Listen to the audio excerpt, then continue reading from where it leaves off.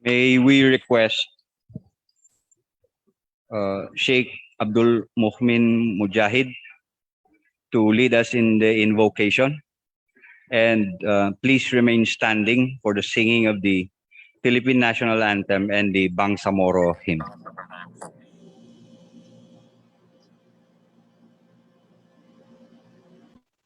Bismillahirrahmanirrahim. Qala rabbukum ud'uni astajib lakum. Alhamdulillah hamdan yu'afi ni'amahu wa yukafi mazidah. Ya Rabbana lakal hamdu kama yanbaghi li jalali wajhika wa 'azimi sultanik. Allahumma inna nas'aluka fi istima'ana hadha istima'an mubaraka wa tawfiqan minka ya Allah lima fihi salahina wa falahina fid dunya wal akhirah wa islahi umurina wa syu'unina fi biladina Bangsamoro ya Allah ya arhamar rahimin wa hukumatina ya akramal akramin. Allahumma iyyaka na'budu wa laka nusalli wa nasjud. Fa nas'aluka Allahumma an tuwaffiqna lima fihi maslahatil biladi wal ibadi ya Allah ya arhamar rahimin. Allahumma arhamna fa innaka bina rahim wa la tu'adzibna fa innaka alaina qadir. Wal tufi ma jara bina maqadir ya Allah ya arhamar rahimin. Wa nas'aluka Allahumma an tarfa'ana al-bala wal waba wad da' wa jaihat corona anna wa an biladina wa anna biladil muslimina ya akramal akramina fi kulli makan ya akramal ya mujib as-sa'ilin. Ilahana hadha haluna la yakhfa alayk wa hadha da'funa zahirun bayna yadayk fa'amilna bil ihsan izil fadl wal jud wal karam minka wa ilayk. Wa sallallahu ala Muhammad wa ala alihi wa sahbihi wa barik wa sallim. Wa akhiru da'wana alhamdulillahi rabbil alamin. Bayan, ang pambansang awit ng Pilipinas. Kayang magiliw, telas ng sinakalan, alam ng puso, sa titik mo'y buhay. Lupang hinirang, tuyag ka ng magiting, sa manlulupin, di ka pasisingil, sa nagatang tutok sa simoy at sa langit mo pagaw, ay hinagang tulakaw.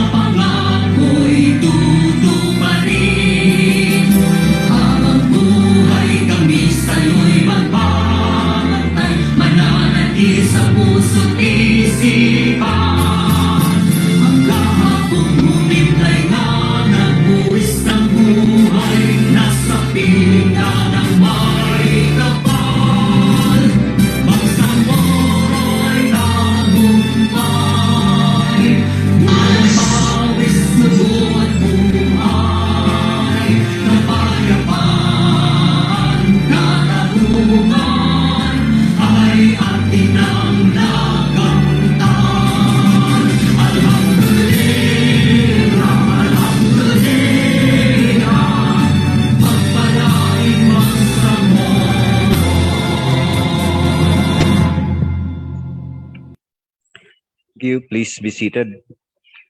May we request the Secretariat to conduct a roll call and determine the existence of a quorum. The honorable members of the Parliament,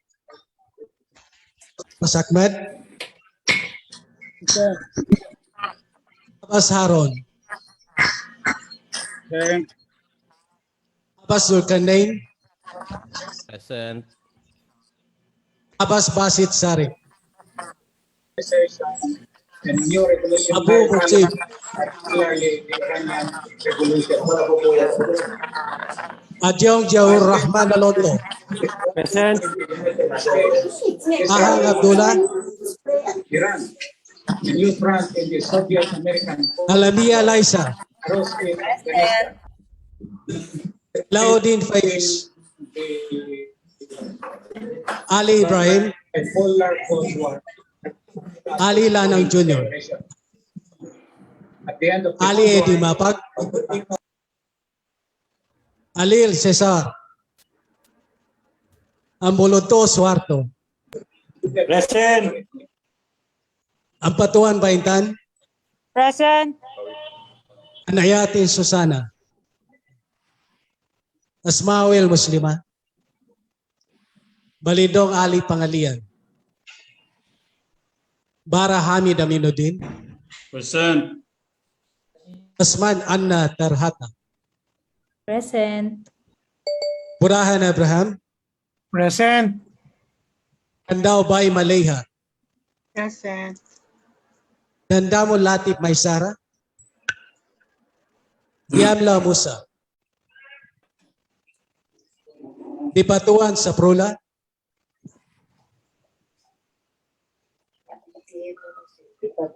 Ibrahim Ahon, Ismail Haji Abdulaziz,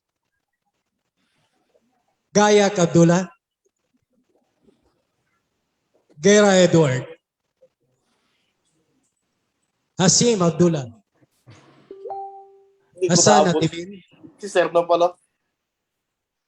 Iqbal Muager, Present. Ismail Rasul, Present. Juri Raisa, Present. Yakilan Muslimin, Present. Karon Bainon, Lidasan Mussolini, Present. Loong Don Mustafa, Present. Lorena Jose Rizal, Makako Abdurauf, Kapar Abdullah, Makaraya Jamen, Makasalong Marjani, Manguda Dato Kadafe, Tawil Malik, Present. Present.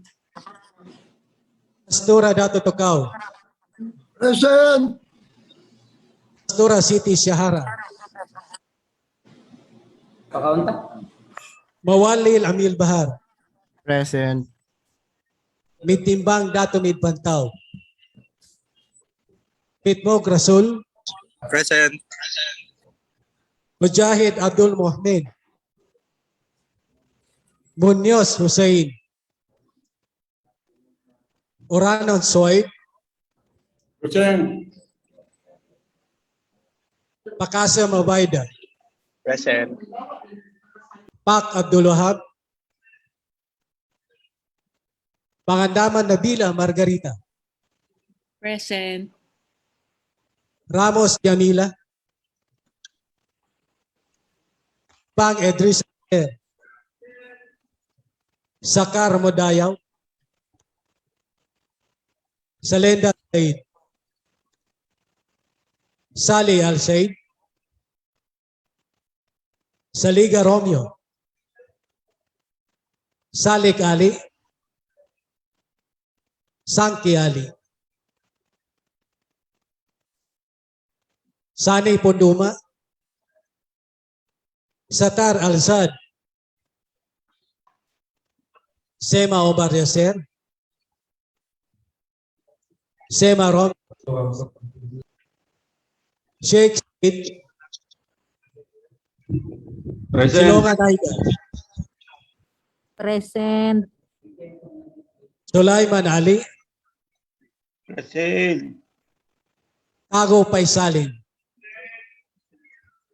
Tan Nabil, Present. Uja Sahi, Ulama Melanio, Usman Asfar, Yakob Muhammad, UAK Narciso.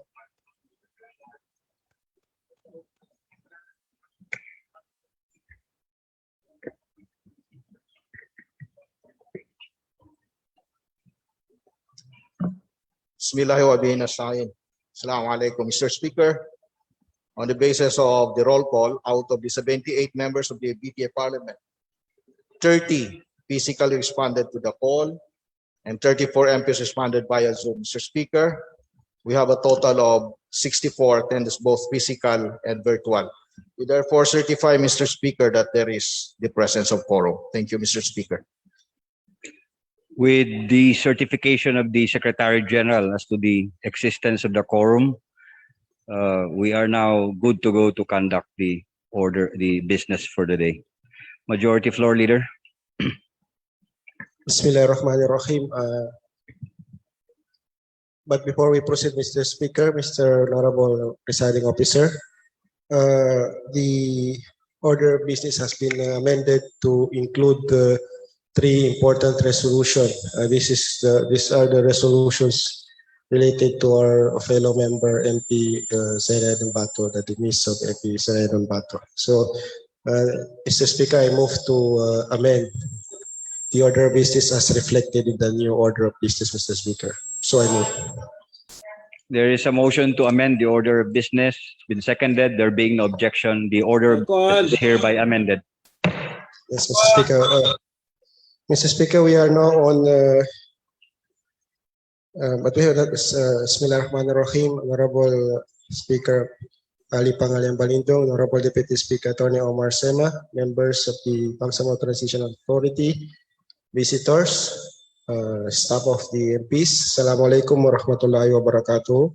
We are now on item number 6, Mr. Speaker, reading and approval of journal of the previous session, journal number 45 of November 25, 26, 2020 sessions. Mr. Speaker, I move to dispense with the reading of the journal of the previous session and further move for the approval of this, Mr. Speaker. There is a motion to dispense with the reading of the previous journal and for the approval of the same. It's been seconded. There being no objection, the same is being approved. Mr. Speaker, we proceed to the first resolution for today's session. May we request the Secretary General to read the first proposed resolution, the title, and the author, Mr. Speaker. The Secretary General is directed to read the title of the first proposed resolution, the name of the author and co-authors.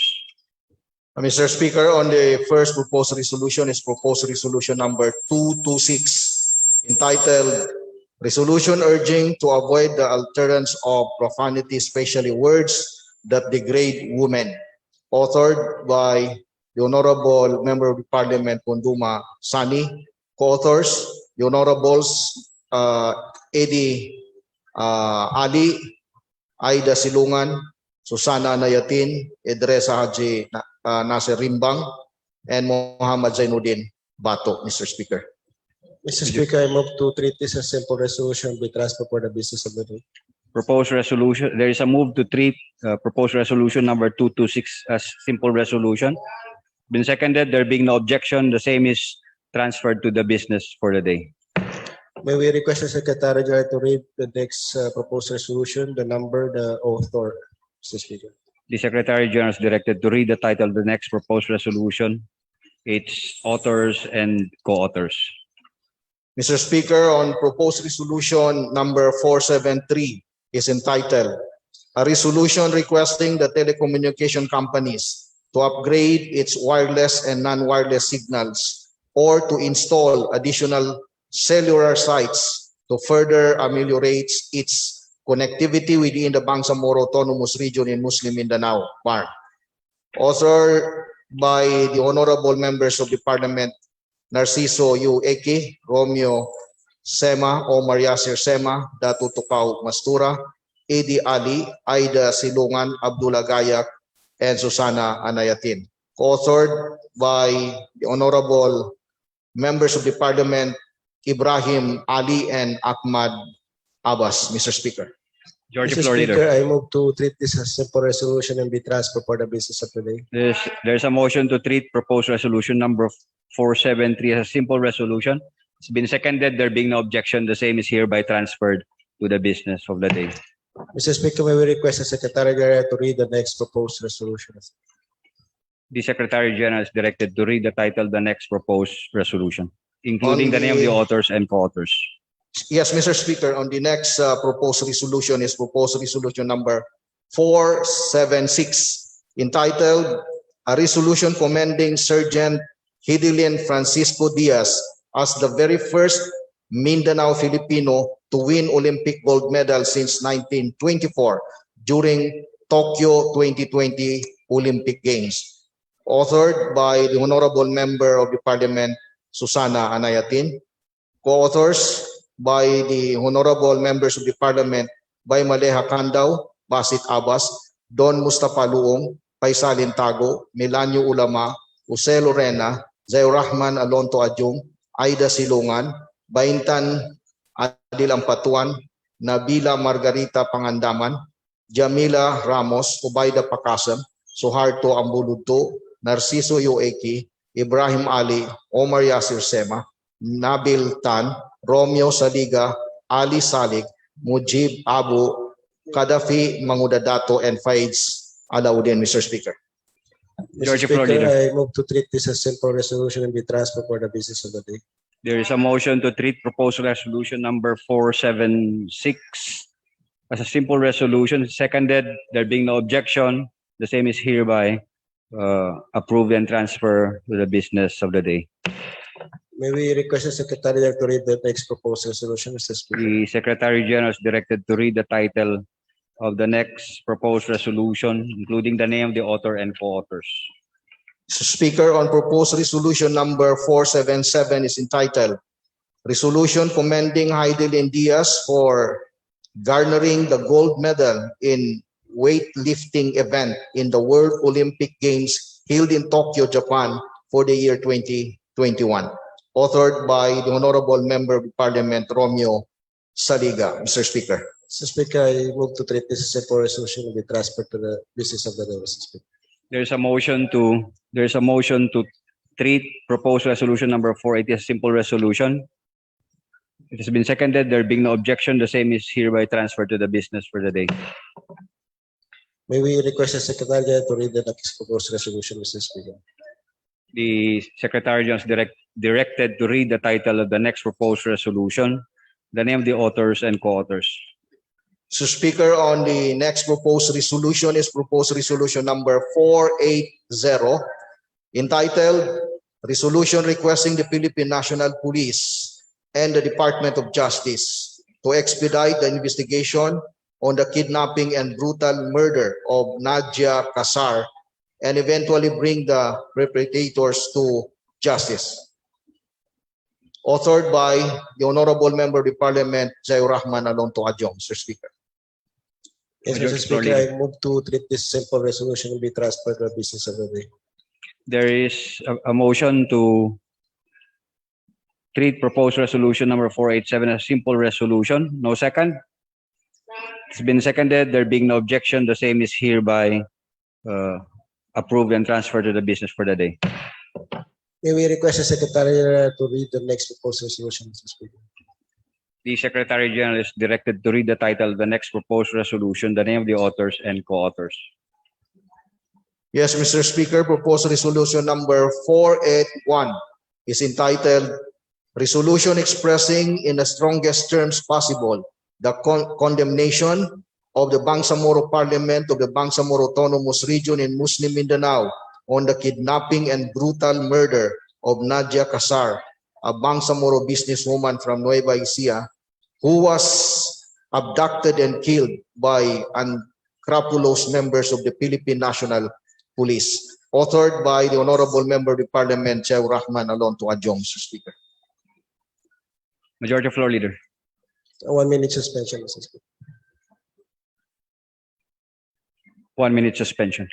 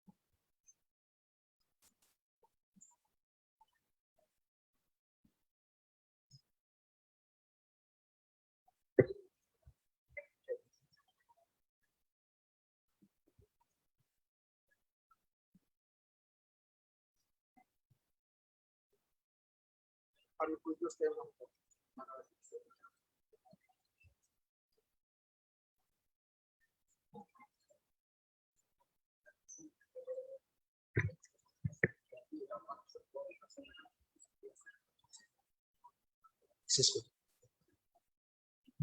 Session resumed. Mr. Speaker, I move to treat this as a simple resolution and be transferred to the business of the day. There is a motion to, for a while, 1 minute suspension.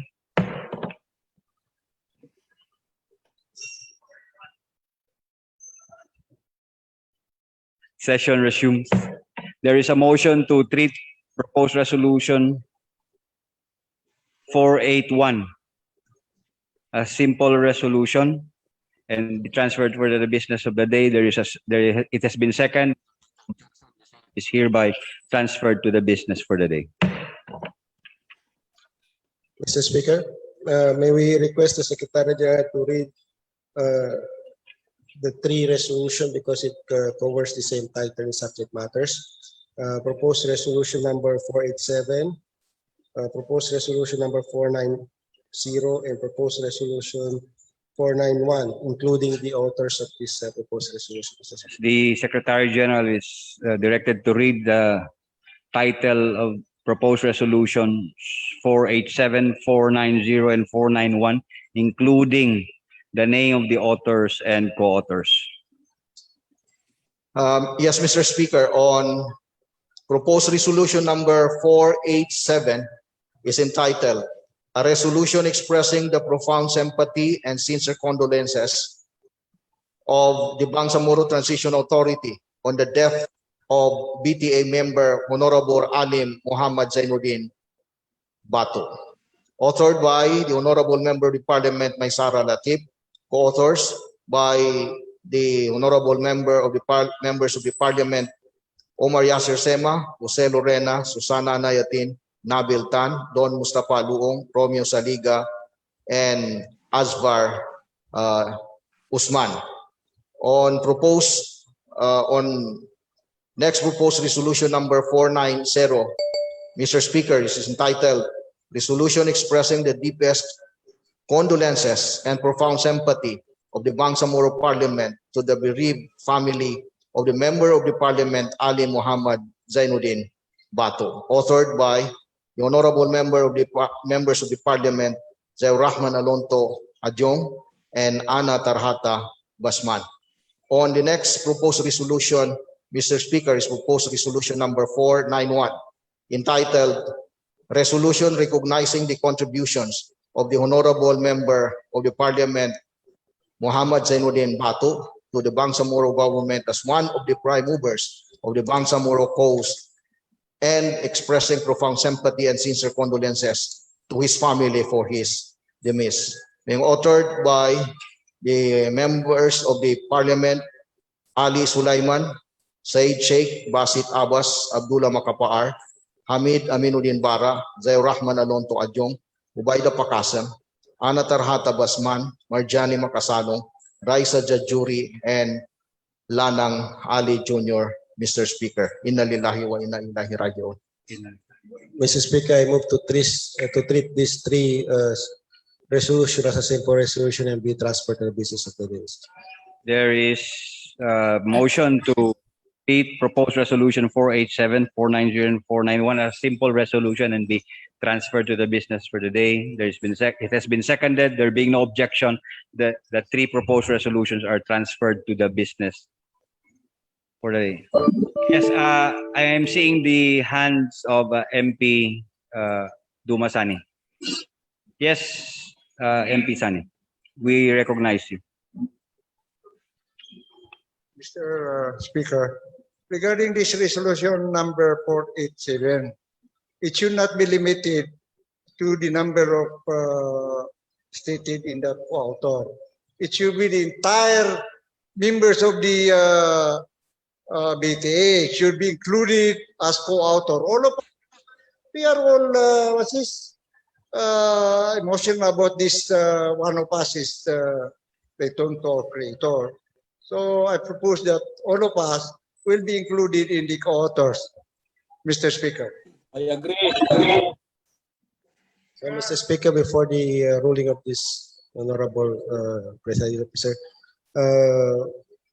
I move that all members of the BTA Parliament be authors of these three proposed resolutions. Indeed, three proposed resolutions. Yes, Mr. Speaker.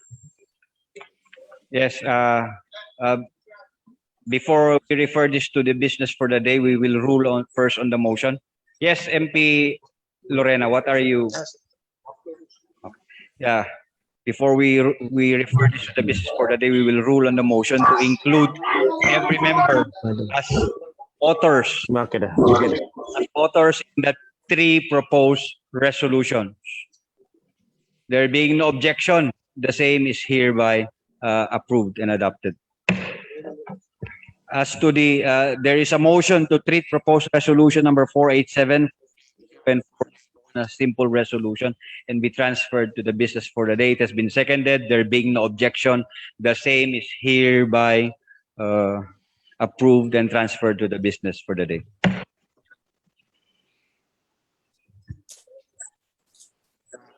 Before we proceed, may we respectfully recognize MP Jose Lorena to deliver his personal and collective member. The Honorable Jose Lorena is recognized to deliver his personal and collective privilege. Thank you, Mr. Speaker. My courtesy, Mr. and respect, my courtesy to our Honorable Speaker, Ali Pangalian Balindong, to the Speaker, my colleagues, friends of the BTA, staff, Assalamualaikum warahmatullahi ta'ala wabarakatuh. I stand today on a personal and collective privilege on two matters. One, on the appropriation of funds transferred or downloaded to the Bangsamoro Transition Authority by the national government and all other funds collected locally and nationally.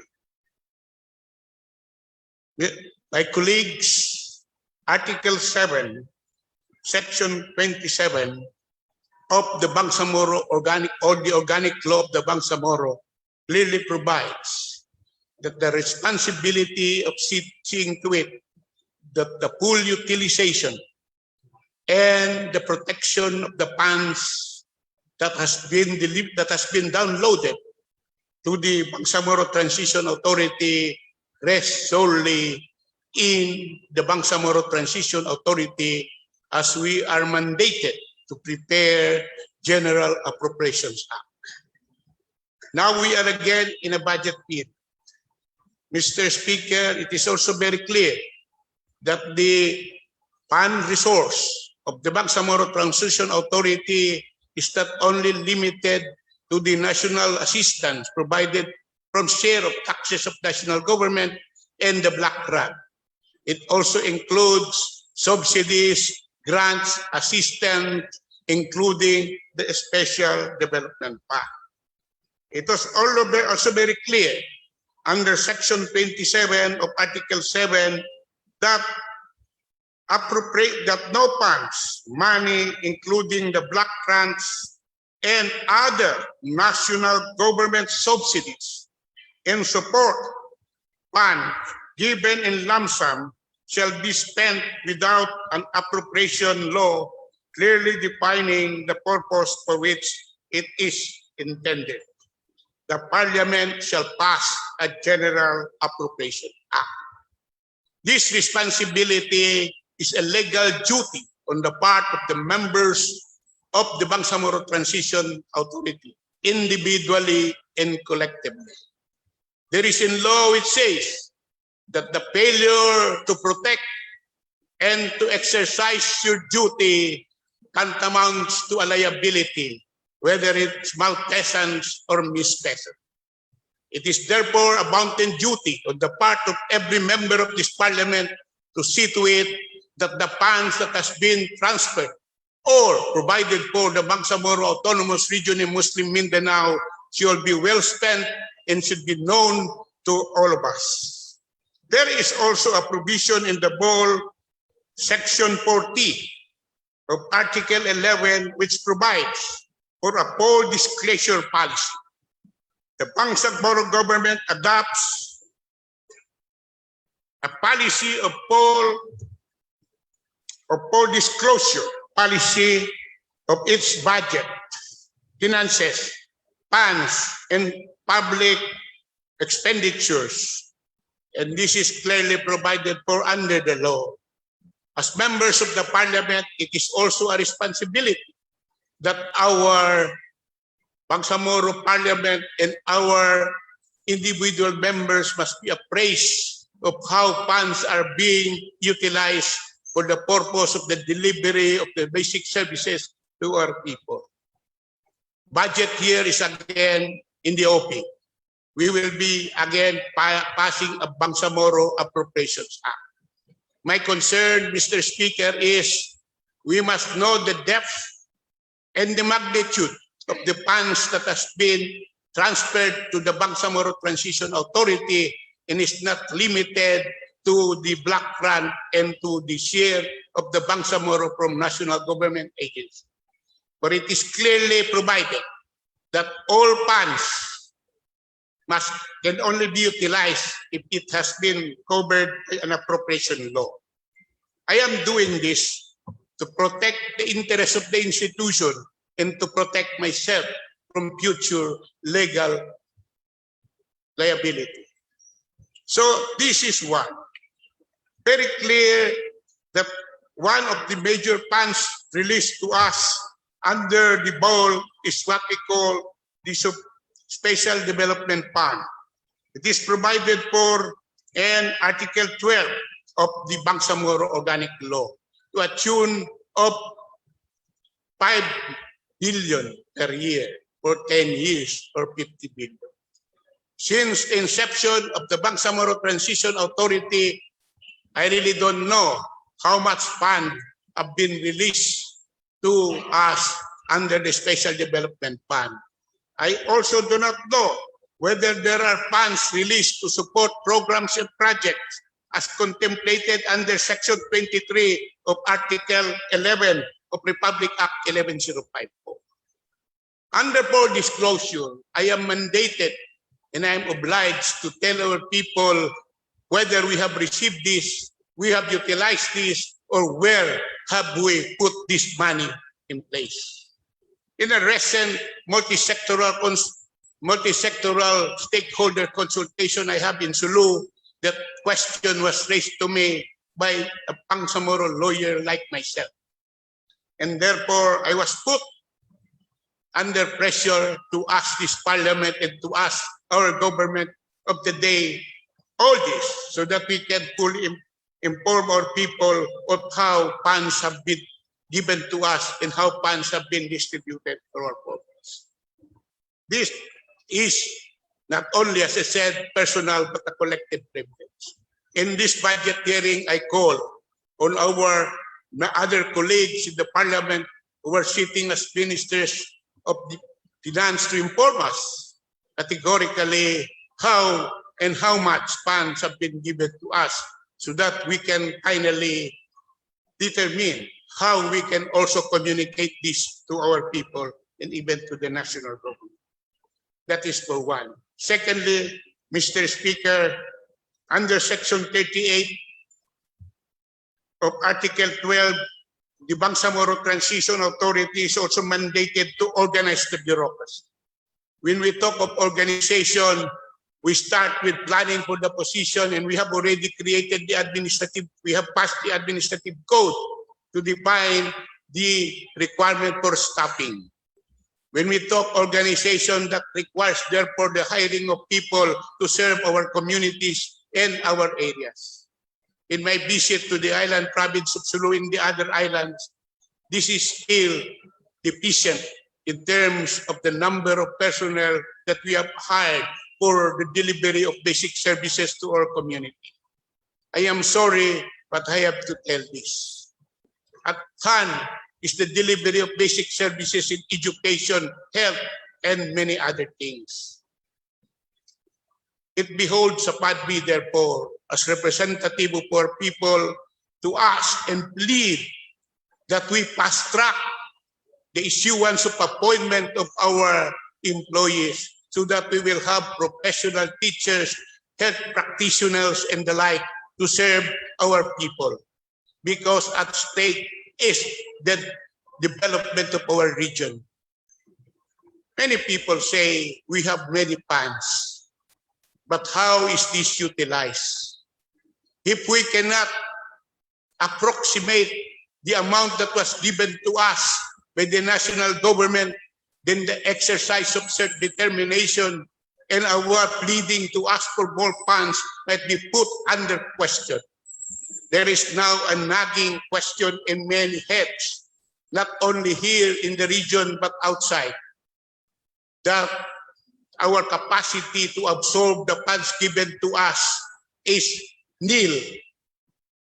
It is for this reason that I urge everyone, this is not directed just to one, but to all of us, to fast-track the organization of the bureaucracy so that we can deliver at the fastest rate, the fastest time, the basic services that is timely needed by your people.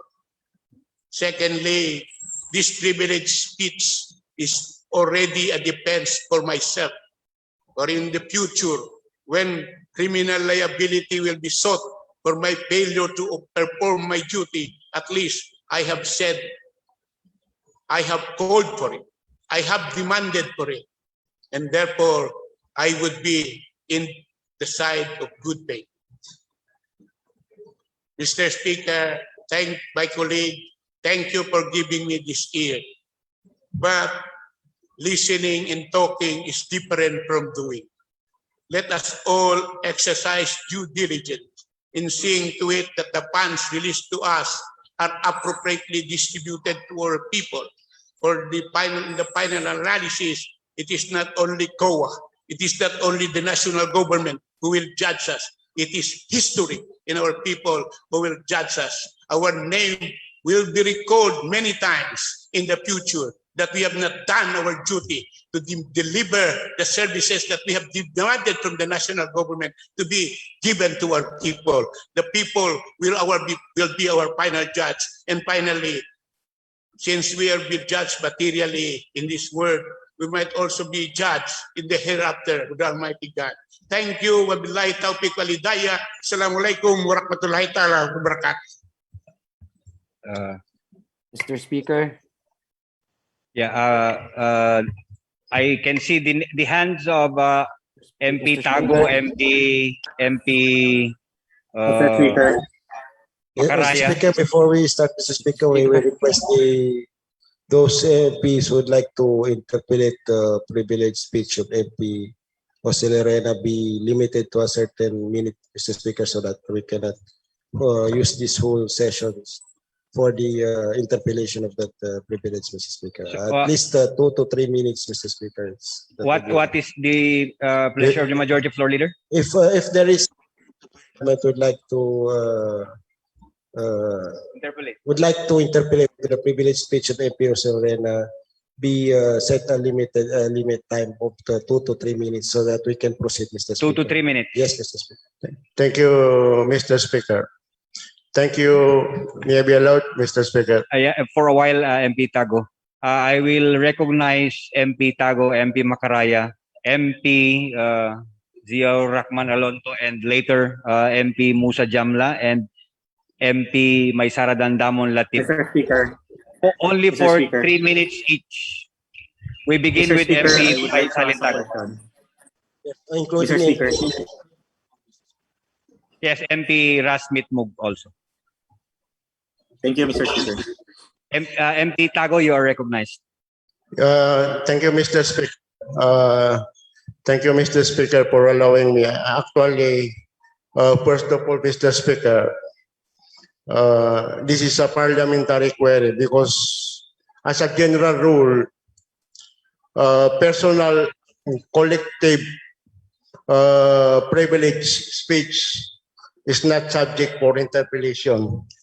And it's up to the body if we allow it. Since Mr. Speaker, you allow me to interpellate the very good gentleman from Sulu. Thank you very much, Mr. Speaker.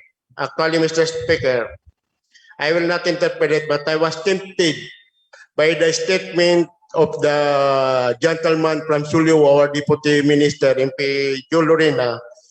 First, Mr. Speaker, he specifies that there was malfeasance and non-feasance for conducting action that is not within our duty, that we have not conducting our functions.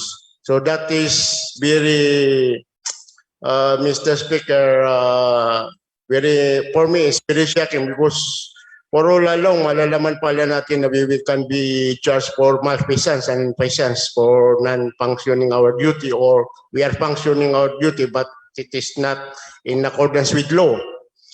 Mr. Speaker, secondly, my question is, the gentleman mentions that there was a budget that was given to the Bangsamoro Autonomous Region in Muslim Mindanao, and that budget, that amount specifically, the Special Development Fund was not coursed through the Bangsamoro Parliament through the enactment of an appropriation law.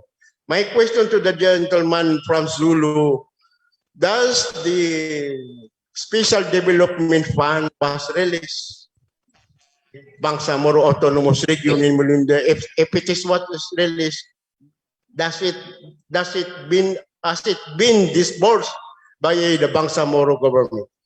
Mr. Speaker, I would like to be honest. I really don't know about the Special Development Fund. But the law provides from the ratification, the law provides that the Development Fund will be given to the bank. And the first question is, was it released? If it is released, then where is it? Because my assumption is all funds should be utilized with the Colorado appropriation.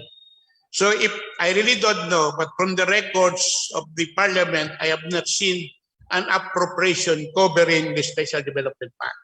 So I am not sure whether it is released, but the law requires that it should be released. So that if it is not released, it is also our bounden duty for our people to demand that it be released. But if it is released, then it is our responsibility to pass an appropriation to cover that Special Development Fund. Kaya ko tinatanong ito, kagalang-galang na Speaker, yung Special Development Fund. Because this Special Development Fund is one of the main component of the peace agreement. As a matter of fact, is a unique provision under the Bangsamoro Organic Law. Ang Special Development Fund, ang pagkalam ko, ito po ay nakalaan sa mga conflict-affected areas, especially sa mga MILF, MNLF, sa I think women sectors and the IDPs, internally displaced persons. So dapat, Mr. Speaker, mapagtunan ng pansin nito at maayos yung tamang prosesyo na pag-appropriate ng fund nito kung talaga ito ay may lalagay sa conflict-affected areas. Kaya ito ay very important. Pero the gentleman from Sulu, Mr. Speaker, answers me na hindi niya alam kung na-release ito o na-disperse. So it's we are only guessing, Mr. Speaker, and I suggest, Mr. Speaker, that those who are handling these funds, presumably the Ministry of Finance, Budget and Management should be asked on this. What are the status of the special development fund, and if there is already a planning or disbursement already? Then number 3, Mr. Speaker, yung sinabi niya na isa ring nakakalungkot, yung sinabi niya na we have big bureaucracy, but until now the appointment of in that big bureaucracy hindi pa nagagawa. Sa tingin ng nag-sponsor ng speech, ano sa tingin, ilang porsyento ba ang na-accommodate na yun sa big bureaucracy na yun? Sa palagay ko, kasi in one institution, wala pang 50% because I went to one school and of the 129 items, only about 47 are filled up. Meaning, there is still a big balance. So yun lang ang isa. But in other agencies, even there are no offices yet. And I really don't know if they are permanent employees or item employees. Karamihan doon ay contractual services yet. So I believe with the passage of the admin code, we have provided already the wherewithals for appointment of the permanent positions. Ibig sabihin, Mr. Speaker, less than 50% ang na-appoint. At saka tama siya, the purpose we enact first the admin code is to have a complete structural setup, and the purpose also, kaya sinunod natin yung civil service code para magkaroon ng batayan ng qualification ng mga i-appoint natin. So there is no more reason not to appoint the persons in the bureaucracy. So on that matter, Mr. Speaker, kailangan with due respect to our real speaker, the true speaker, Speaker Balindong, kailangan matingnan nito ng maayos. Kasi tama ba, Mr. Speaker, I just arrived from our place in the province of Lanao, and that's the problem, Mr. Speaker. In all the ministries, with due respect sa kanila, na kulang yung mga na-appoint dun sa mga ministries na wala pang mga tao to work for the betterment and the services for the Bangsamoro people. So yun lang, Mr. Speaker, maraming salamat. Dapat ito mapagtunan ng pasin, and I move that the speech of my gentleman from Sulu be referred to the proper committee for proper deliberation. Thank you very much, Mr. Speaker. Thank you. Mr. Speaker, just to inform this August body, we have a meeting tomorrow with the Deputy Minister by the Pakasam. So any question related to this, like the special development fund, they may directly question the good Deputy Speaker, Deputy Minister by the Pakasam, Mr. Speaker. So what are you suggesting, Majority Floor Leader? Again, Mr. Speaker, I would like to remind the August body to as much as possible pabilisin po natin ito para matapos natin yung dapat matapos. Yes. So you are given 3 minutes, MP Macaraya. Yes, Mr. Speaker, I'm supposed to inquire. And please go direct to the point. Yes, Mr. Speaker. This is a manifestation of support. I subscribe to the personal privilege of Karabat MP Lorena, so as to protect and preserve the power, duties, and responsibilities of the members of the Parliament. Mr. Speaker, the members of the Parliament must be enlightened with the status of the downloading of funds and the proper utilizations of the block grant, as well as if it is already downloaded, the SDF. If I might just suggest, Mr. Speaker, the members of Parliament is in need to conduct or to hold an executive session for us to discuss this matter. Thank you, Mr. Speaker. Thank you, MP. That was James, thank you. that was stated a while ago by the majority floor leader. MP Musa Jamla, you are now recognized, followed by MP Zia Rahman Alonso. Mr. Speaker, may I Please. also be recognized later? Yes, and Deputy Speaker Nabil Tan. MP Musa Jamla, please go direct to the point. Thank you, Mr. Speaker. May I ask if the good gentleman from Sulu will give answers to few questions? I would gladly, although as manifested by my colleague and personal collective will do that, but I yield to answer some clarificatory questions. Thank you, Mr. Speaker. Is it not a law that in every government organization or the entire government of the Republic of the Philippines, including the Bangsamoro Transition Authority, is required to prepare a budget for every fiscal year?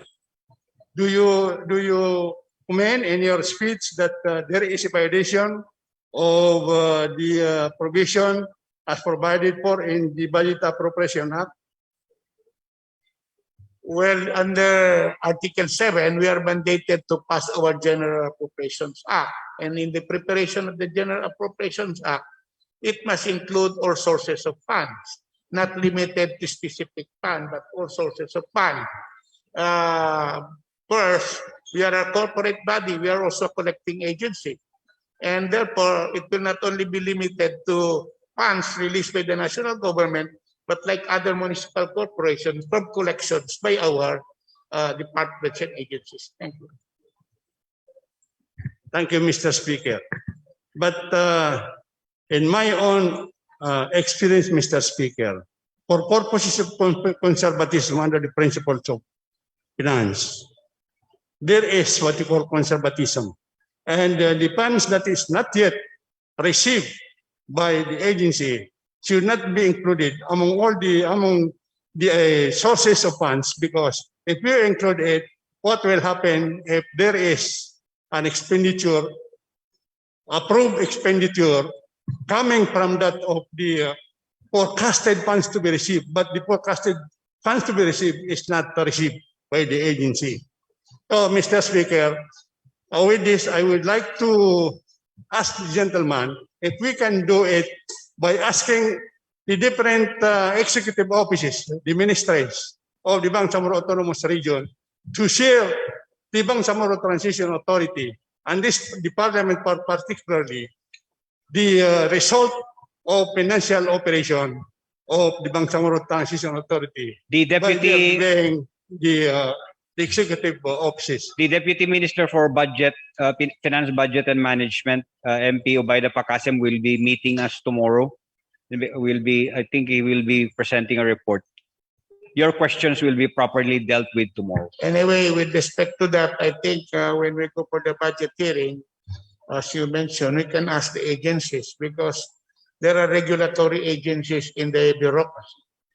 And for example, forts, they would be collecting of garbage. There would be other collecting agencies, land transportation. And there is immediately collection from that. And we should be given a profile, in fact, of the collected collections of the treasure of so as part of the source of income. Because, and secondly, well, I agree with you that we should be careful in budgeting, but there is a provision of law which requires that there be the delivery of the Special Development Pact. And that is a law which requires compliance not only by us, but by the national government. So if the national government had that release, then the Parliament can act on that by asking the national government to release. so that we can already appropriate that in the appropriation. Thank you, Mr. Speaker, but I do not, I do have many ideas to ask, but because of time constraint, I reserve the questions to be asked. Thank you, Mr. Speaker. Thank you, MD Jamla. We now recognize MP Zio Rahman Alonto Adyong. Thank you, Mr. Speaker. Will the gentleman from Sulu welcomes clarificatory questions from this representation, Mr. Speaker? Only for my deputy speaker, I am willing to answer. Please go direct to the point. They have 3 minutes. Yes, thank you very much for reminding me, Mr. Speaker. Just recently, the Department of Budget and Management misses out the funding intended for the SUKs in the BARM. The legal basis that they have adopted, the DBM, I'm talking about DBM, is the particular section under Article 18 of Section 16 of the BOL, citing that, and I quote, any school, college, or university existing in the BARM as of the effectivity of this organic law shall become integral part of the Bangsamoro education system. That is the legal basis of the DBM to skip out or not to continue on funding the SUKs within the BARM. You have mentioned, Mr. Speaker, that Article 7, Section 17 of Republic Act 11054 provides for the continuance of the national subsidies and other revenues, share of taxes, the block grants that are to be devolved and downloaded to BARM. Now, my first question, Mr. Speaker, is the gentleman considers the funding for the SUKs in the BARM part of the national subsidies? First, in the matter of that, we would first ask the Ministry of Higher Education whether subsidies are released or not.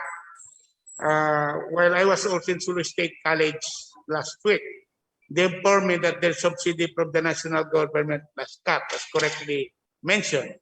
But I said the understanding is there is also a provision in the BOL which says that the national government can, this is provided for under Section 23 on development programs and projects. Immediately after the ratification of the organic law and for another 5 years, the national government shall provide for additional funds that will subsidize expenditures for the development programs or infrastructure and otherwise.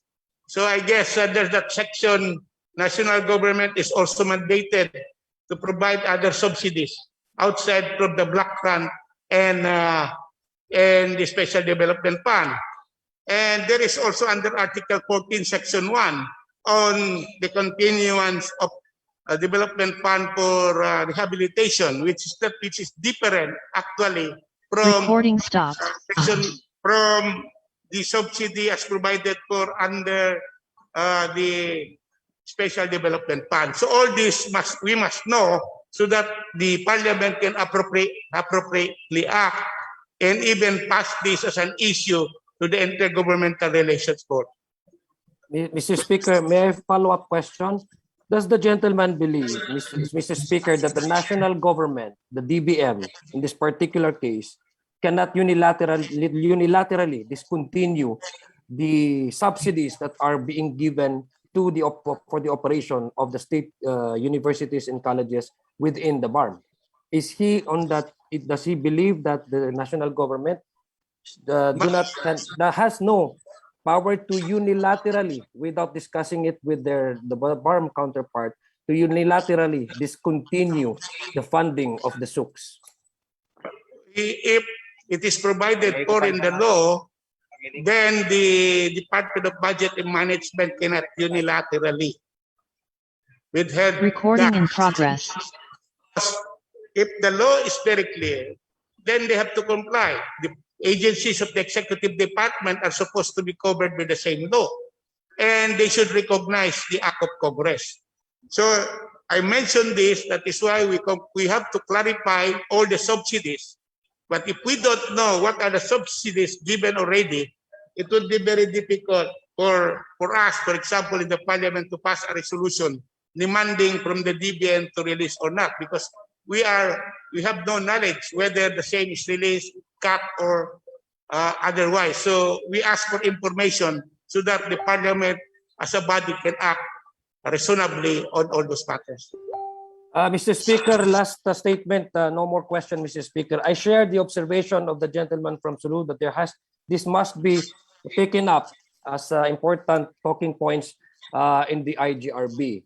And I hold the belief, Mr. Speaker, that souks, those who are created by virtue of Republic Act, and those souks that are enjoy their charters, Mr. Speaker, shall continue to receive fundings from the national government as stated by the gentleman from Sulu under Article 7, Section 17, Republic Act 11054. To discontinue the funding of the souks, Mr. Speaker, is an injustice to the educational system and injustice to our people here in the bar, Mr. Speaker. Thank you, Mr. Speaker. Thank you, Deputy Speaker. Thank you, MP Zia Adyong.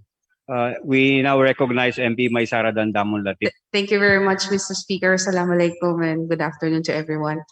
My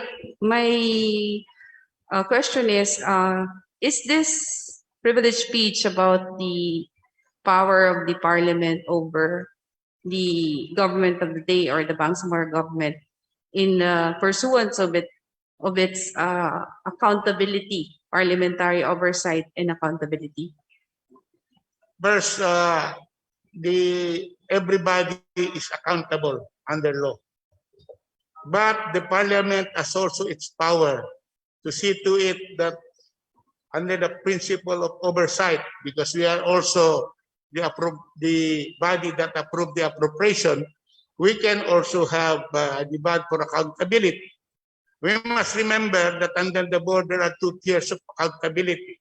We ask for an internal audit, and at the same time, the Commission on Audit can still audit us later. That's one. But the Parliament is not foreclosed as the policy-making body of the Bangsamoro to conduct an audit on not only on financial but even on performance audit. Yeah, may I ask the Honorable Lorena to make his answer direct and brief also so that we can shorten the process. You may continue, MP Maysara Dandamon Latif. Thank you very much for the answer. So it is clear, Mr. Speaker, that the speech is in pursuance of strengthening the parliamentary oversight as a tool or mechanism for transparency and accountability, and in accordance with its regulatory power over the affairs of the Bangsamoro government, being the Bangsamoro Transition Authority. So, Mr. Speaker, I would like to ask, are we now asking the government of the day if there was a sufficient legislative power or legal authority that was given to them to disburse the assailed funding on the SDF? We are just asking that if there are funds already released under SDF, that it should be included in the appropriation.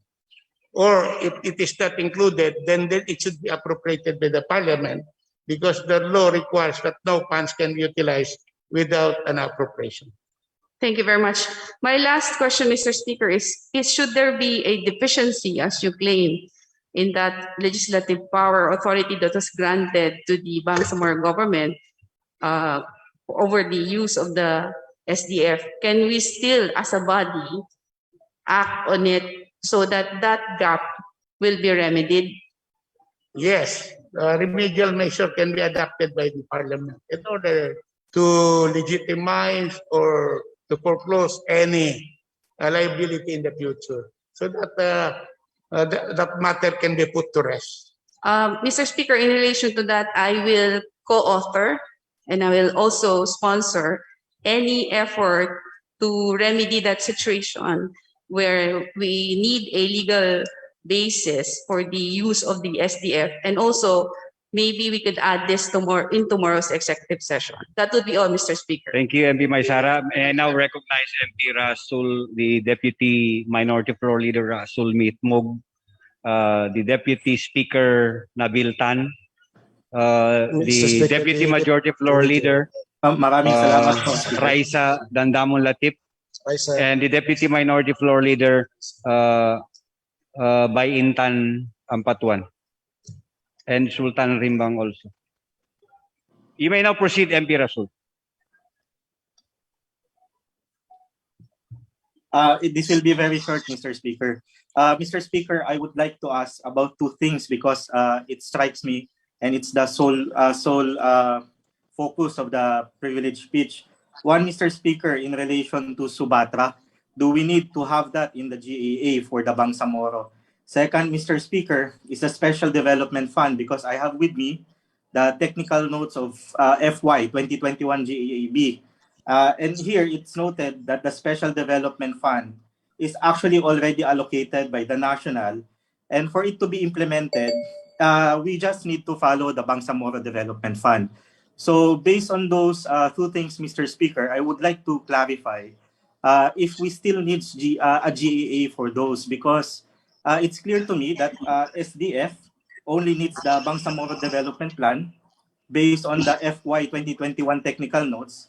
But in relation to Subatra, I'm not sure if those things are covered by the GAA. Mr. Speaker, I did not in any way include Subatra in my privilege speech, so I cannot answer on Subatra. But with respect to Special Development Fund, I think we have to recheck the provision of 11054 on the matter of development assistance because it is included all others grants, subsidies appropriated by the national government. So it means all funds from the national government are appropriated because there will be no funds released by the national government if it is not appropriated by Congress. But that appropriation to any local government unit, to any agency, should again be appropriated by the body tasked to appropriate within that body. I will say to you, IRA, internal revenue allocation. The internal revenue allocation is provided for, but it's also automatic. But it has to be appropriated with the municipal council or the provincial council as it may. You still have further Okay, questions, thank you. MP Mitmo? Yes, Mr. Speaker, I would like to thank the proponent of the privilege speech that the Subatra is not one of those programs that are covered that by those needing to be covered by the GAA. Salamat po, Mr. Speaker. MP Nabiltan, you are recognized. Thank you, MP Mitmog.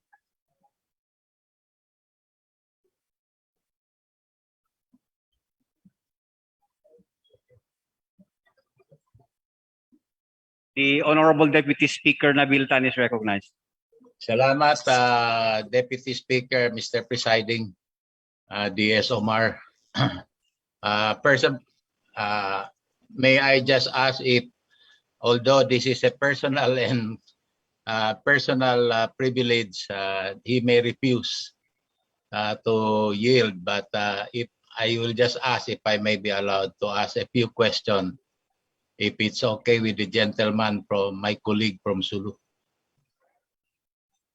I appreciate very much. I will respond to the question and inquiry of my from Sulu. Yes, thank you very much, Mr. Speaker.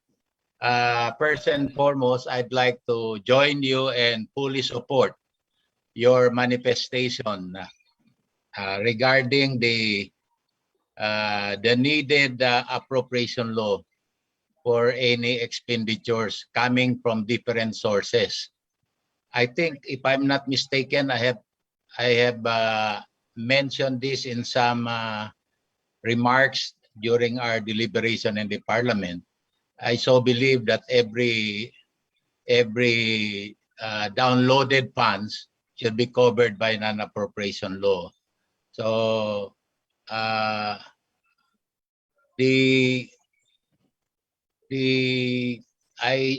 also share the observation that every time we go to our province, the same things are being said to us. So that means the same things are happening and nothing has been done. So in terms of employment of the different agencies. In fact, there were some that speaks of people coming from other provinces being assigned in our province. So I hope that we can expedite our appointment of employees. In schools also, we don't know what kind of quality education our children are getting or our relatives are getting. If we don't have enough teachers appointed already, then I doubt if we can even achieve some quantity, not to mention the quality of education we're having. And that's very bad, especially in this time of the pandemic. So I join you in your call, and I am so proud that I'm so happy that it was that you have brought it out in this parliament. I think parliament wields the real government powers. So sana po hindi lang maano ito sa usap-usapan, mapakinggan tayo sa isang executive session tapos we will not do anything. I hope we will act on this. This is very urgent, and this may be tied up to the discussion on the extension of the BTA. Thank you very much. Thank you, Deputy Speaker. Before I recognize MP Raisa Ajajuri, may I please remind those who will interpret to limit your questions to the matters that have been discussed in the personal and collective privilege of the Deputy Minister for Human Settlements. The the lady from Sulu, MP Raisa Ajajuri, is recognized. Thank you, Presiding Chair, Presiding Officer, Deputy Speaker Omar Sema. Assalamualaikum warahmatullahi ta'ala wabarakatuh. I have one question for the gentleman from Sulu. If he will allow me to ask one question. Gladly, I would like to respond to the answer of my colleague from Sulu. Okay, thank you, MP Lorena, Deputy Minister Lorena. I would just like to ask, and perhaps this can be included in the discussion, no? Recording stopped. In the conversation. And I'm asking MP Lorena if he is aware of the special provisions in the General Appropriations Act covering the matter of Special Development Fund. Well, I remember that there were 4 special provisions. Among those is subject to fiscal management of the DBM. That's the only one that I can recall correctly. So there are special provisions, but with all due respect, I would like, with that special provision, we both have discussed in the Fiscal Autonomy Act that the special provision should have been challenged by us because it is not subject to any imposition by the national government, if I recall it correctly, when we were discussing the fiscal side of the autonomy. Yes, so that we can fully understand what I am talking about, may I just read that small part in the special provision? Please. So it says, number 2, Special Development Fund. The amount of 5 billion pesos is appropriated for the rebuilding, rehabilitation, and development of the conflict-affected communities in the BARM in accordance with Section 2, Article 14 of RA 11054. And the second paragraph reads, release of funds shall be subject to submission of the Bangsamoro Development Plan adopted by the Bangsamoro government, and the utilization thereof shall be in accordance with the BDP as provided in Section 6, Article 13 of RA 11054. I think we should include this in the conversation, particularly that part which says that the utilization shall be in accordance with the BDP, and determine whether that phrase and the whole special provision referring to the Special Development Fund would necessitate appropriation from the Parliament, or whether the requirement is that it should be subject to the submission of the BDP, and the utilization shall be in accordance with the BDP. Yeah, That is well, all, I Mr. agree. Speaker.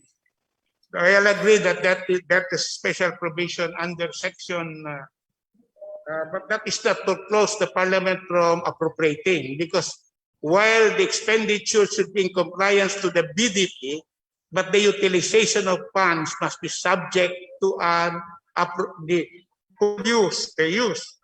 Under Article L7, it says that no funds shall be released, shall be utilized without an Appropriations Act. So that two provision does not differ from each other, but it support one another.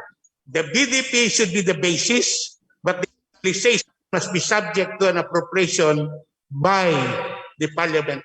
So that is my view.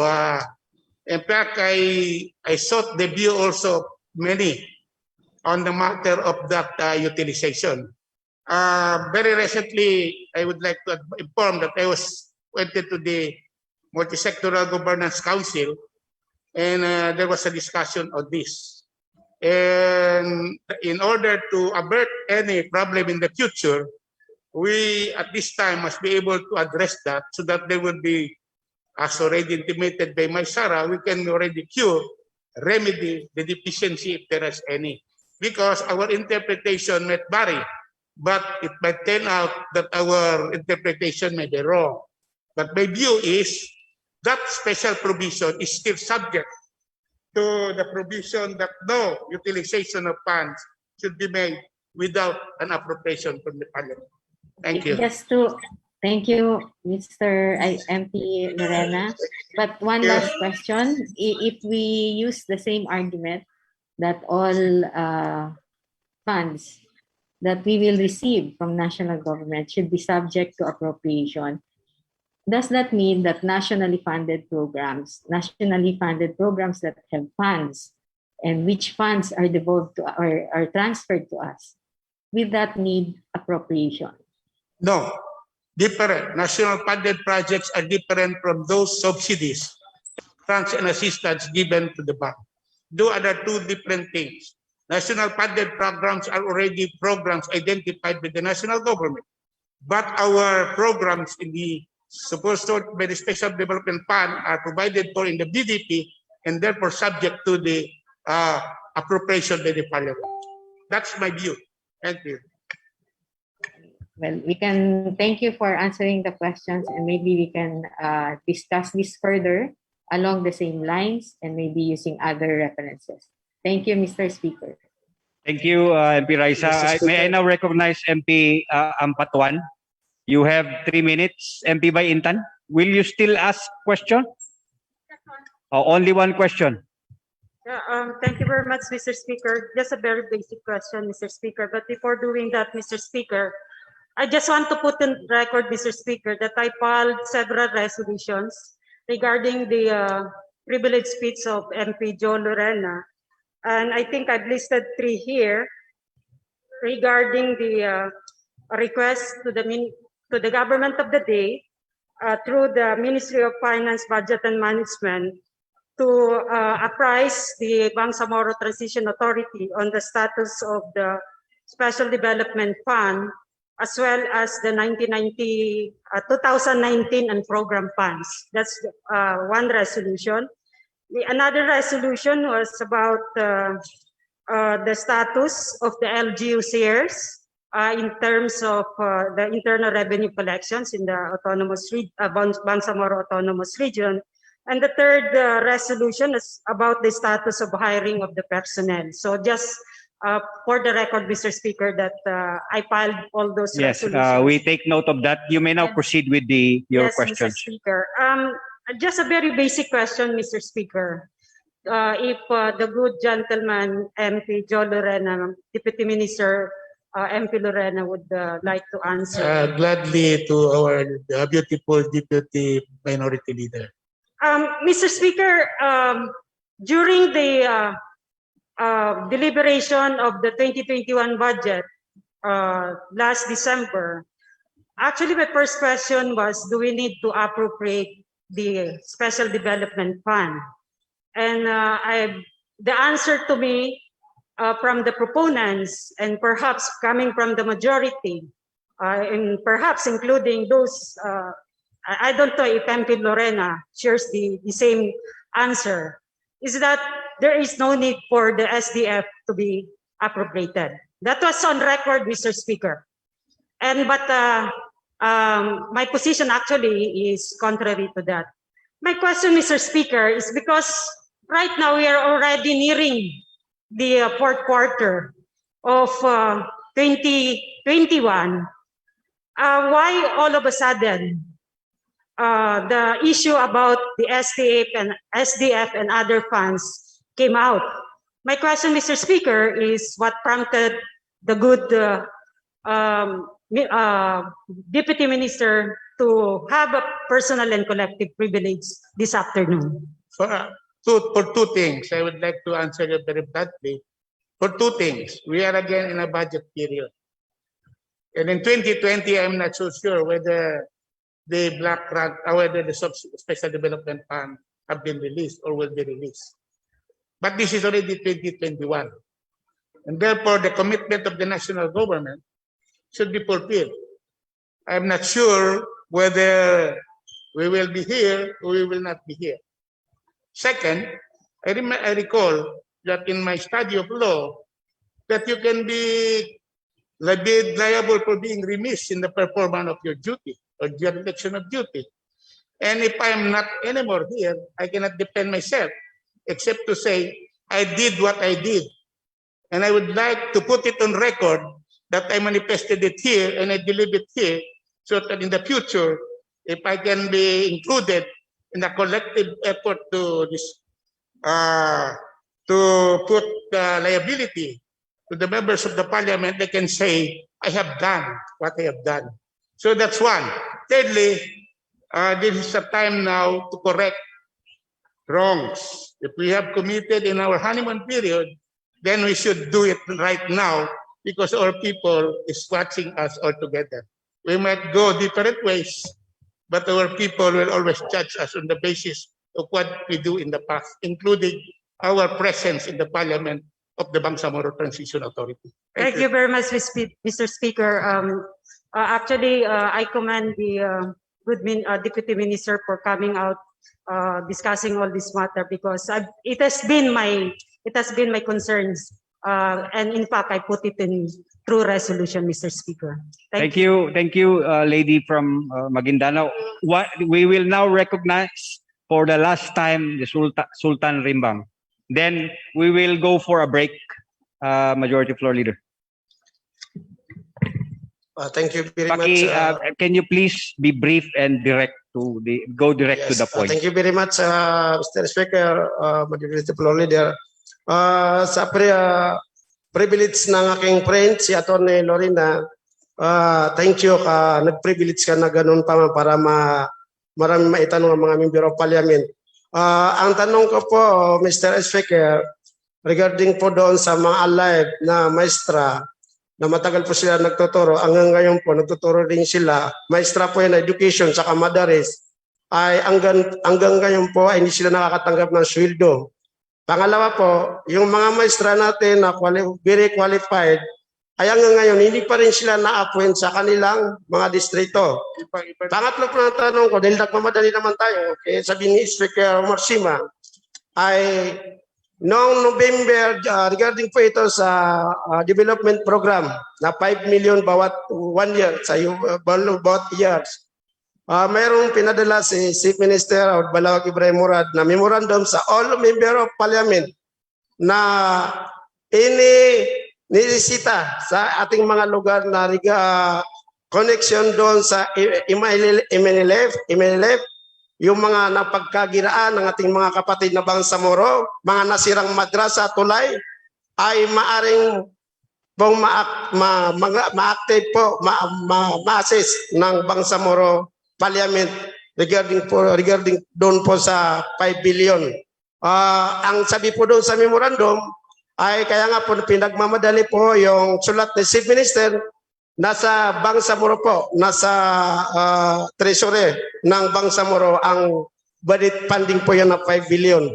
Yun po yung tanong ko, Mr. Speaker, dahil nga marami po member of parliament na nandyan na po yung project nila hanggang ngayon, hinintay po yung project na development fund regarding related po doon sa pinaggira ng ating mga Kabangsamoro ay hanggang ngayon wala pong development na studies ng sino na mamahala dyan, Mr. Speaker. Thank you, Mr. Speaker. Thank you. Ang una, hindi ko na sakop yun dahil hindi ko na cover yung teacher ng Madaris. Pangalawa, yung proposal to submit, medyo hindi ko rin alam kung kailan implement. Siguro, tanungin na lang nyo sa Ministry of Finance yung mga project na sinabmit nyo. Maraming salamat. Opo, bukas. Okay, last question, Sir Speaker. Ako po ay nakikiusap sa Minister of Education, si good gentleman Iqbal, na yung mga inaing po na ating mga life maestra sa bawat 5 provinces ay tutukan po natin. Tulungan po natin sila. Kawawa po sila. Hanggang ngayon nagtuturo. Wala po sila sweldo. Yan po, Mr. Speaker. Thank you sa mga Kabangsamoro. Thank you, Member of Parliament and staff. Assalamualaikum. Thank you, MP Rimbang. Majority Floor Leader. Yes, I move to have a 15-minute break, Mr. Speaker, for as a prayer. We move for a break for 15 minutes. We come back at 3:40. 3:40.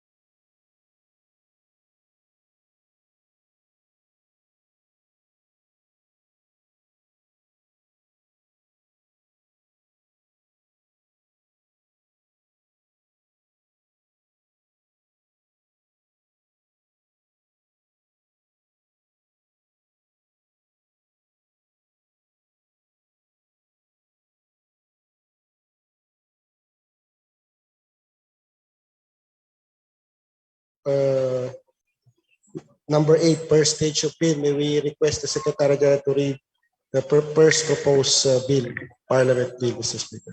The Secretary General is directed to read the title of the proposed bill under consideration.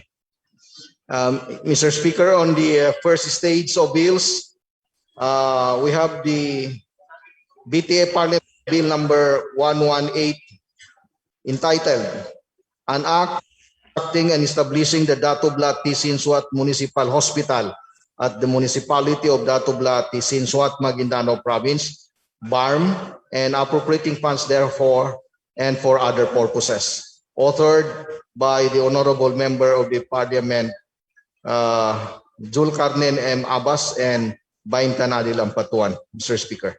Mr. Speaker, this is a private member bill. Any members of the Parliament to signify their interest as co-authors may just raise their hand so that the Secretariat may take a note of them, Mr. Speaker. All of those interested to co-author the bill, please raise your hand. I believe there was a document given to you to signify your interest or to be co-authors. There was a form distributed to you. You can fill it out, then submit it to the Secretary General.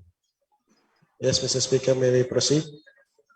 May we request the Secretary General to read the next proposed bill, Parliament bill, Mr. Speaker. The Secretary General is directed to read the title of the next proposed bill under consideration, including the name of the authors and co-authors. On the second proposed BTA Parliament bill is BTA Parliament Bill number 120, entitled An Act Strengthening the System of Management and Archival Records of the Bangsamoro Government, establishing for purpose the Office of the Bangsamoro Regional Archives, appropriating funds therefore and for other purposes. Authored by the Honorable Members of the Parliament, Don Mustafa Luong, Baintan Adil Ampatuan, Amil Bahar Mawali, Laisa Alamia, Rasul Mitmug Jr., Suharto Ambuludtu, and Rasul Ismail, Mr. Speaker. Co-authored by Member of the Parliament, Jose Lorena. Again, Mr. Speaker, this is a private member bill. Any members of the Parliament may just write in the form their interest to be a co-author of this particular bill, Mr. Speaker. All of those interested may submit the forms, fill up the forms, and submit it to the Secretariat. George Florida. Mr. Presiding Officer. Yes, MP Nabiltan. Nasa Zoom, wala akong form may submit. So, pwede ko mag-manifest na lang to include me in that bill, Regional Archives. I'd like to associate myself with that. Resolution ba yan o bill? Bill. Bill. Bill. Yeah. I'm sorry. All of those in the Zoom who are interested to be co-authors, you can type in your interest to the chat group. Thank you, Mr. Speaker. Majority Floor Leader. May we request the Secretary General to read the next proposed Parliament bill, Mr. Speaker. The Secretary General is directed to read the title of the next proposed bill, including the name of the authors and co-authors. Mr. Speaker, on the third BTA Parliament proposed bill is BTA Parliament Bill number 121, entitled An Act Creating the Bangsamoro Printing Office, defining its powers, functions, and responsibilities, and for other purposes. Authored by the Honorable Members of the Parliament, Baintan Adil Ampatuan, Amil Bahar Mawalil, Laisa Alamia, Suharto Ambuludtu, Don Mustafa Luong, Rasul Mitmug Jr., and Rasul Ismail, Mr. Speaker. Again, Mr. Speaker, this is a private member bill. Any members of the Parliament who are physically present may just take their notes that they want to be a co-author of this particular bill. And those who are in Zoom, they may just put on the comment section their interest as co-author, Mr. Speaker. Those, all of those interested can fill out the forms and submit it to the Secretariat. On the Zoom, you can type in your interest, you can signify your interest to be co-authors by typing it in the chat box. Majority Floor Leader. Yes, Mr. Speaker. May I move, Mr. Speaker, to proceed with Article 12, third and final stage of BTA Parliament Bill number 87, Mr. Speaker, before we go to the business of the day, Mr. Speaker. And so I move, Mr. Speaker. There is a motion to proceed with the third and final with the stage the Article 12 of the order of business. Yes. Is there any second? There being no objection, the same is hereby approved. Mr. Speaker, I believe that each members of the Parliament have the printed copies of this particular bill, Mr. Speaker. So therefore, Mr. Speaker, I move for the third and final stage approval of BTA Parliament Bill number 87 by nominal vote, Mr. Speaker. There is now a move to proceed with the approval and third and final reading BTA Parliament Bill number 87. It's been seconded. There being no objection, the same is hereby approved. I let us direct now the Secretary General to determine first the existence of a quorum before proceeding. Yes, Mr. Speaker. It's the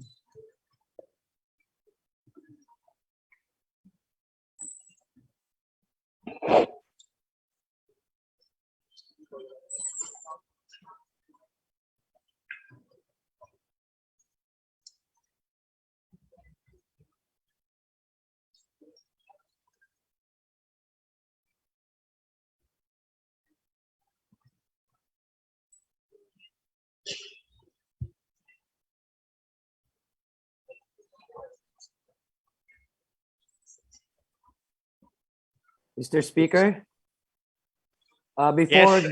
before the determination of the quorum, just a parliamentary inquiry, Mr. Speaker. Quick parliamentary inquiry. Yes, what is your parliamentary inquiry?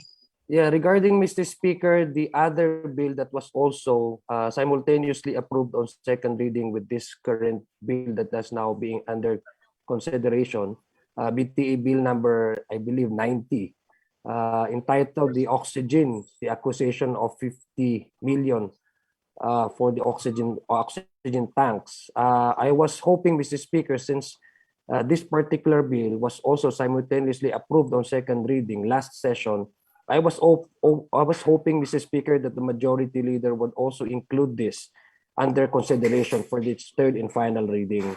So I would just like to ask the majority leader, yes, I would just like to be enlightened why the BTA Bill number 92, if I'm not mistaken, is not included for the final determination or passage of that particular bill, which is very important considering that we are now the Philippines has now officially recorded the presence of Delta virus. yes, Mr. Speaker, definitely the BTA Parliament Bill number 94 of the good MP Zialonto will be approved. And there are still sessions coming, Mr. Speaker, and this BTA Parliament. So para po tayo magkaroon po ng sa mga susunod na ay ang intention ko po really is magkaroon ng parang symbolical na pag-aproba ng itong batas na ito na allotted po sa kanya yung araw na yun, Mr. Speaker. So meron pa po tayo natitirang araw na session natin, Mr. Speaker. So I promise LPZia na sa susunod na session natin ay aprobahan natin definitely ang batas na ito, Mr. Speaker. Maraming salamat po, Mr. Speaker. For public relations purposes. I submit to the wisdom, Mr. Speaker, of the majority leader. Thank you, Mr. Speaker. The Secretary General, what is the status? Mr. Speaker, presently we have 26 members of the Parliament who are in Zoom and 28 members of the Parliament who are physically around. So we have a total of 54, Mr. Speaker. What is the pleasure of the majority floor leader? We proceed, Mr. Speaker, with the nominal voting by calling the name of the MPs and just say they are yes or in favor Roll of the call bill. vote. We now proceed with the division of the House for the approval We may request by roll call vote, nominal roll call vote. Before the Secretary General is directed to read the title of the proposed bill under consideration for third and final reading. Okay. Mr. Speaker, our BTA Parliament Bill number 87 is entitled An Act Mandating the Dual Use of Hijri and Gregorian Calendar in all ministries, local offices, and institutions in the Bangsamoro Autonomous Region in Muslim Mindanao. Funds authored by the members of the Parliament, Oma Yasir Sema, Abdullah Hashim, and Ali Pangalian Balindong, with co-authors, members of the Parliament, Ali Sulaiman, Lanang Ali Jr., Hatimil Asan, Nabil Tan, Paisalin Tago, Kadafi Mangudadato, Beitan Adil Ampatuan, Rasul Mitmog Jr., Jose Lorena, Abraham Burahan, Jamil Makaraya, Abdul Muhmin Mujahid, Sahi Uja, Ali Salik, Mujib Abu Harun Abbas, Susana Anayatin, Siti Shahara Mastura, Abdullah Ahang, Faiz Alauddin, Abdul Wahab Pak, Idi Ali, Sultan Idrisa Haji Nasir Rimbang, Zair Rahman Alonto Adjong, Muslimin Jakilan, Mudayaw Sakar, Musa Jamla, Zulkarnain Abbas, Bainon Karon, Muslima Asmawil, Maysara Latif, Dato Migpantaw Midtimbang, Dato Tukaw Mastura, Romeo Sema, Amil Bahar Mawalil, Safrullah Dipatuan, Ahmad Abbas, Haji Abdulaziz Ismail, Suaib Uranon, Abdullah Gayak, Don Mustafa Luong, Hussein Munoz, Romeo Sadiga, Ali Sangki, Alsad Satar, Melanio Ulama, Azfar Usman, Muhammad Yaqub, Jamila Ramos, Ibrahim Ali, Unduma Sani, and Narciso Yueki. Sir Speaker. We now proceed to the roll call vote. Secretary General, please call the roll call vote. Nominal voting on BTA Parliament Bill number 87. The Honorables Abbas Ahmad, Abbas Haron, Yes, vote. Abbas Zulkarnain, Yes. Abbas Basit Sarip, Abu Mujib, Adyong Jaro Lonto, Yes, Mr. Speaker. Ahang Abdullah,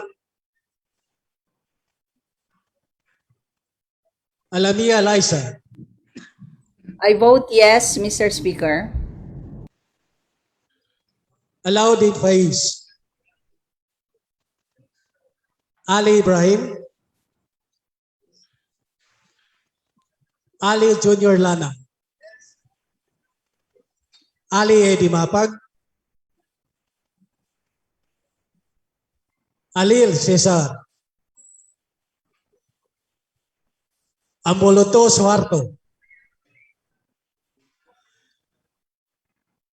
Ampatuan Baitan, Mr. Speaker, may I have 1 minute for the explanation? You are recognized, ma'am. Thank you very much, Mr. Speaker. Bismillahirrahmanirrahim. In the name of Allah, the most gracious, the most merciful. Mr. Speaker, esteemed colleagues in the August Parliament, Assalamu alaikum wa rahmatullahi ta'ala wa barakatuh. Section 2, Article 4 of Republic Act 1054 or the Bangsamoro Organic Law specifically states that in the exercise of its right to self-governance, the Bangsamoro Autonomous Region is free to pursue its political, economic, social, and cultural development as provided for in the organic law. The Islamic calendar holds an immense importance in every Muslim's life. For Muslims, the Islamic calendar does not just hold sentimental significance of time computation and marking of important religious events, but it holds a much deeper religious and historical meaning. All the historical events in the Islamic history that are dated in the Islamic calendar serve as a reminder of the sacrifices made in the way of Islam, specifically during the time of Prophet Muhammad sallallahu alaihi wasallam, peace be upon him. The lessons and meanings of these events are somewhat lost in the Gregorian calculations. Hence, Muslims use the Hijra calendar. The Bangsamoro region must institutionalize the dual use of Hijri and Gregorian calendars. This means that in writing official documents, communication, and other forms of formal correspondence, it shall use and reflect the Hijri as well as the Gregorian calendar. In this way, the Bangsamoro constituents will develop familiarity to the Hijri calendar. For these reasons, Mr. Speaker, I am voting yes to the BTA Parliament Bill number 87 or the Dual Calendar Act of 2021. Thank you, Mr. Speaker. Ali Edi Mapag.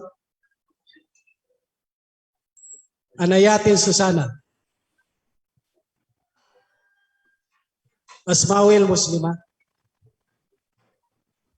Balindong Ali Pangalian. Barahani Daminudin. My vote is yes. Pasman Anna Tarhata. Yes. Burahan Abraham. My vote is yes, Mr. Speaker. Taubay Maleha. Yes. Dandamon Latif Maysara. MP Maysara is recognized.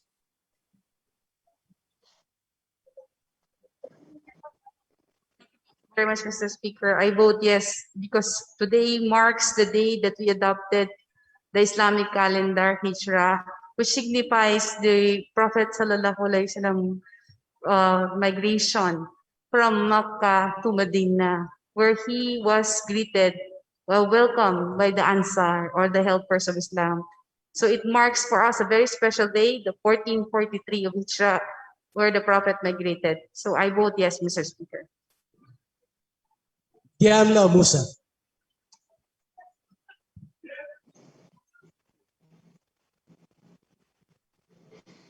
Dipatuan Saprula. Voting yes, Mr. Speaker. Ibrahim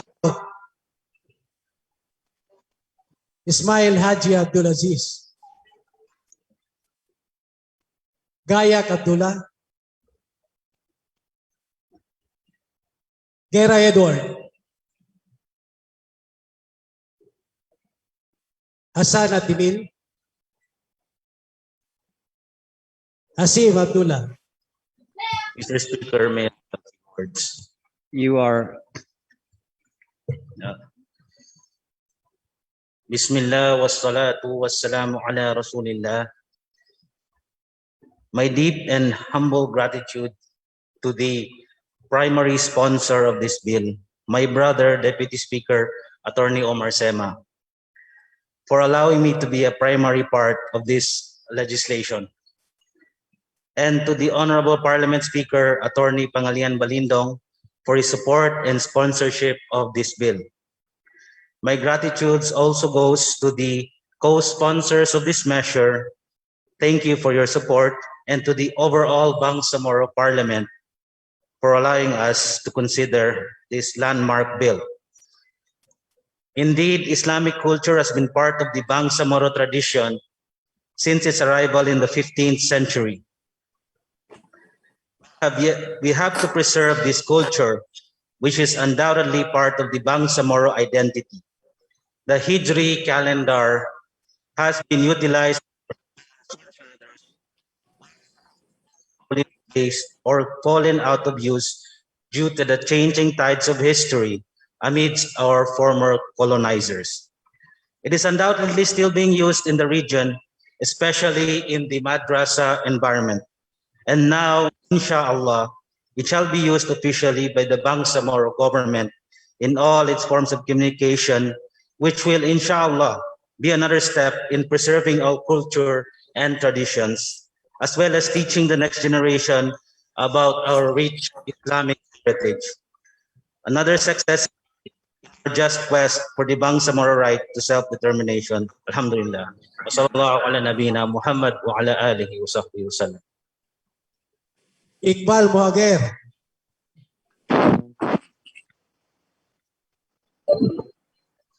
Ismail Rasul.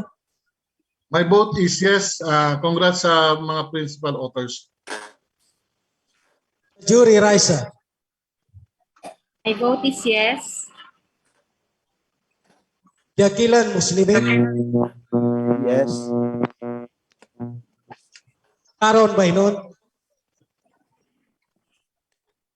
Lidasan Mussolini. Loong Don Mustafa. Mr. Speaker, I'd like to have my 1 minute. Recently, the Muslim Ummah had just celebrated its New Year. And while regularly on the New Year of the Gregorian calendar, everybody wishes everyone else Happy New Year, it's not very common for the Muslim Hijra calendar. This only shows the fear of many of our elders in the 40s and 50s and 60s in the Philippines. That's why a lot of them did not send their children to school, because they thought that we would forget our traditions, our customs. Many of the elders in Basulta still hold the Hijri calendar, and that's how they tell their dates. But a lot of the young generations now are not very familiar. And so I commend the main authors, and I'm glad to be a co-author of this bill, which return into the consciousness of the Bangsamoro people calendar to link us with our roots, strengthen our knowledge and familiarity with our faith and history, and continue our quest for our identity and self-determination. So with that, my vote is yes. Jose Riban. Thank you. Can I have 30 seconds, Mr. Speaker? You may proceed. For this strengthening of moral unity, for Muslim identity, and for the continuing pursuit of self-determination. MP Lorena, can you please remove your mask so we can hear properly your Thank voice? you, Mr. Speaker. I said for the strengthening of moral unity, for Muslim identity, pursuit of self-determination, I vote yes for the approval of this bill. Thank you. Makakuha Rauf. Makapaar Abdullah. Makaraya Jamel. Makasalong Marjani. Manguda Dato Kadafe.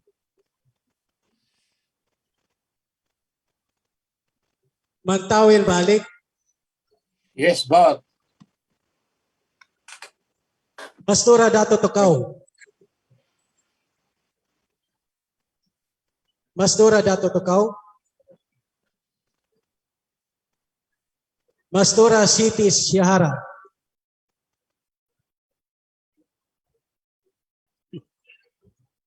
Mawalil Amil Bahar.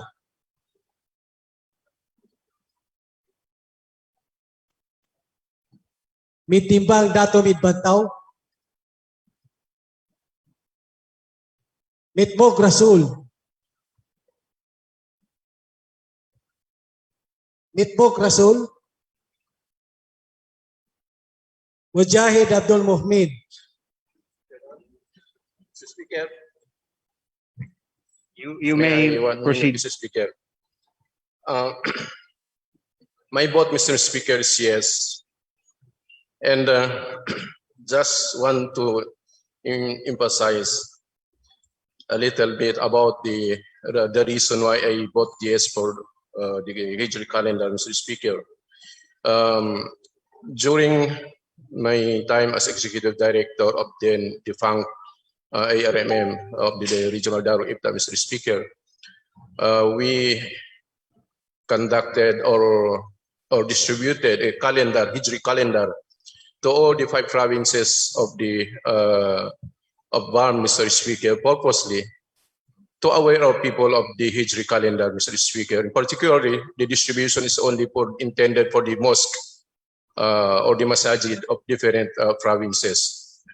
Since the differences of the sunset and the sunrise of the VAR, Mr. Speaker, so each province we distributed a separate time of sunset and sunrise, and also the time of the 5 times prayer, Mr. Speaker. So for this, Mr. Speaker, though I'm a co-author of this important bill, Mr. Speaker, I really commend the major or the sponsorship of us about this, Mr. Speaker. And for the information of those who doesn't know how they start the Hijri calendar was started, it is during the time of the Khalifa Umar ibn al-Khattab, when Abu Musa al-Ash'ari, an appointed governor at the time in Iraq, complained about the difference, this inconsistency of the date. So then Abu Musa al-Ash'ari sent a letter to Umar ibn al-Khattab for him to adapt and decide of what the particular date that they should consider. So upon that complaint of Abu Musa al-Ash'ari, kinonsulta po ni Umar ibn al-Khattab ang kanyang mga advisors. So mayroon sabi niya, dapat simulan natin ang Hijri calendar from the birth of the Prophet sallallahu alaihi wasallam. And some other, sabi nila hindi, yung kung saan siya namatay, doon po natin mag-start tayo sa Hijri calendar. But then Umar ibn Khattab, he consulted Usman bin Affan and Ali bin Abi Talib, and the majority of the decision that they should start the Hijri calendar on the migration of the Prophet Muhammad sallallahu alaihi wasallam, and that was the decision being made by Umar ibn Khattab, and he declared that Hijri calendar to be started from the migration of the Prophet Muhammad sallallahu alaihi wasallam from Makkah to Medina. So that's all, Mr. Speaker. Thank you so much. Munoz Hussein.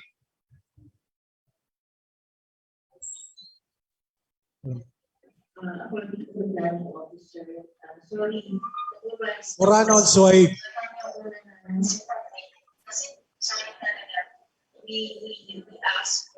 Makasa Mobaida. My vote is yes, Mr. Speaker. Pak Abdul Wahab. Pangandaman Nabila Margarita.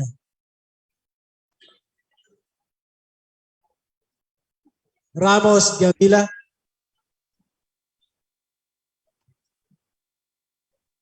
Rimbang Edrisa Nasir.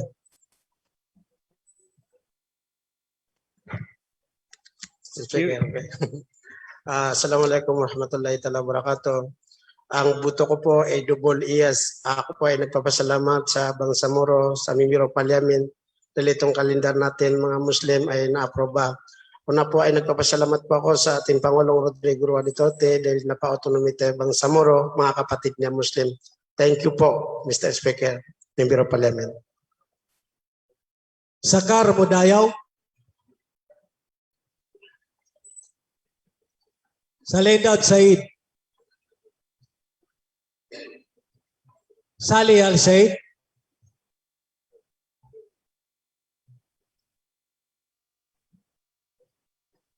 Saliga Romeo. Saliga Romeo.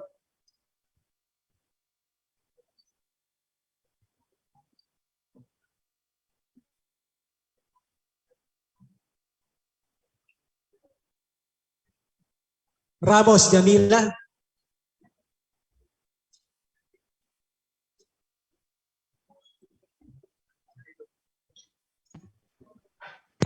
Thank you, Mr. Speaker. Assalamualaikum warahmatullahi ta'ala wabarakatuh. Mr. Speaker, my vote is yes to the passage of the Bangsamoro Dual Calendar Act of 2021, and allow me please to briefly explain why. At the outset, I would like to commend the authors of this bill for passing this important piece of legislation. As we may all know, the use of Hijri calendar is deeply embedded in our religion, and it has both spiritual and historical significance. In fact, most of our major and iconic events in Islamic history from the time of Prophet Muhammad ﷺ are recorded in the Hijri calendar. Indeed, the use of Hijri calendar, along with the Gregorian calendar, will keep us rooted in Islam, understand the importance each month in the Hijri calendar holds, and increase our awareness and knowledge of our history and identity as Muslims and as Bangsamoro. This is part and parcel of our right to self-determination. Congratulations to everyone, and may this milestone be beneficial for all of us. Again, I vote yes to the enactment of Bangsamoro Dual Calendar Act of 2021. Thank you. Saliga Romeo.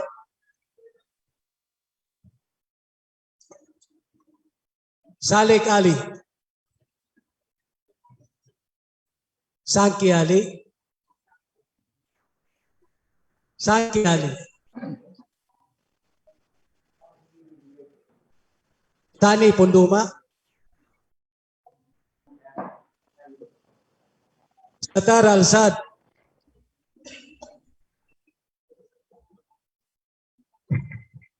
You may proceed. Thank you, Mr. Speaker. Bismillahirrahmanirrahim. The institutionalization of the Hijra calendar or the dual calendar through legislation by the Bangsamoro Transition Authority is another breakthrough of the Bangsamoro struggle. I hope and pray that the essence of the Hijra of Prophet Muhammad sallallahu alaihi wasallam and his Sahaba from Makkah to Medina to escape persecution from Quraysh will be reflected in the Bangsamoro governance. And my vote is yes. Thank you, Mr. Speaker.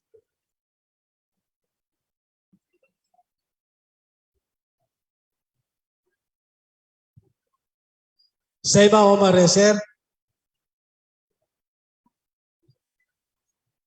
May I reserve my right to submit my message for the vote?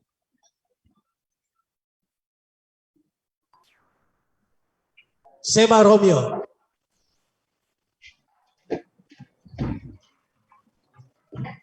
Sheikh Said.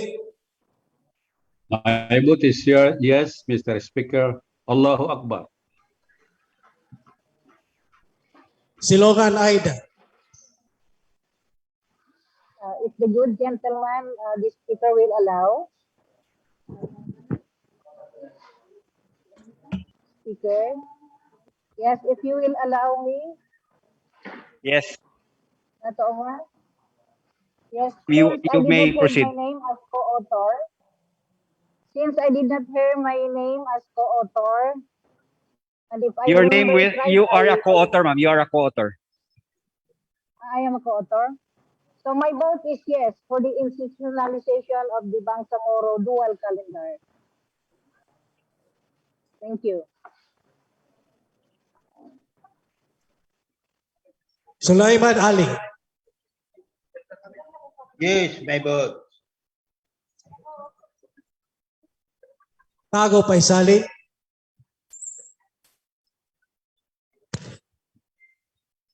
Mr. Speaker.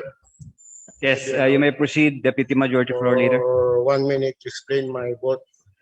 First of all, Mr. Speaker, my vote is yes simply because I'm one of the co-authors. Ang boto ko po ay ayon sa tatlong rason kaya ko boboto. Unang-una, because this bill is what makes as really an autonomous government. Just like the Madari system that was established, ito po ay nangangulugan na pakunti-kunti nakakamta natin yung sinasabi nating right to self-determination, and we are now exercising it. Pangalawa, I am voting yes, Mr. Speaker, because in order to have an awareness, we are all Muslim, pero hindi natin, with due respect, karamihan sa atin hindi alam yung anong mga buwan sa Hijra calendar. Muharram, anong kasunod ng Muharram? Magtanong-tanong tayo minsan, hindi natin alam. Ang kasunod ng Muharram, Safar. Ang sunod ng Safar, Rabiul Awwal. Pero yung iba, in order to have an awareness of our Hijra calendar, kasi yung mga sumusunod na henerasyon, hindi nila alam. Nakakaligtaan yung Hijra calendar. And we are all Muslims. In pangatlo, Mr. Speaker, I'm voting yes because today is the 7th or 8th day of Muharram, the first month of the Hijra calendar. And 2 days from now is the Azura, one of the days that we are celebrating the Azura. So yun po, Mr. Speaker, I'm voting yes, yes, yes, because of this historical significance of this bill. Thank you very much. Thank you. Pat Nabil. Mr. Speaker, You are recognized, MP Binabiltan. my vote is yes, and I congratulate you, Mr. Speaker. As a principal author, I know that yan ang inihintay mo maipasa. Dahil that's a good legacy for all of us, especially the younger generation. Tama po, it can raise awareness of the different months in the Hijra calendar, so that we are aware of what's coming in, what month is coming in, and what month is going out, especially to the younger generation. I vote yes, Mr. Speaker. That's a good legacy for our younger generation from the BTE. Thank you. Uja Sahi. Ulama Melanio. Usman Asfar. Jacob Muhammad. Jacob Muhammad.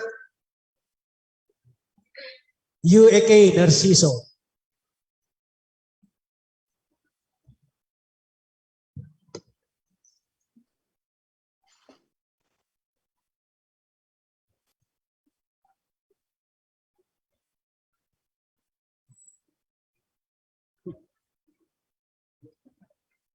Mr. Speaker. Mr. Speaker. Yes, MP Burahan. No, this is Deputy Majority Floor, Mr. Speaker. Mangudadato. Yeah, MP Mangudadato, you are recognized. Yes, can the good proponent or the principal author of this measure, can you please reconsider my vote, considering that I was not able to respond during the call of my name for this votation. Due to the poor internet connection, Mr. Speaker, I was not able to respond. So I would like to manifest that my vote is yes, being also a co-author of this measure, Mr. Speaker. That is duly noted. Thank you very much, Mr. Speaker, and congratulations.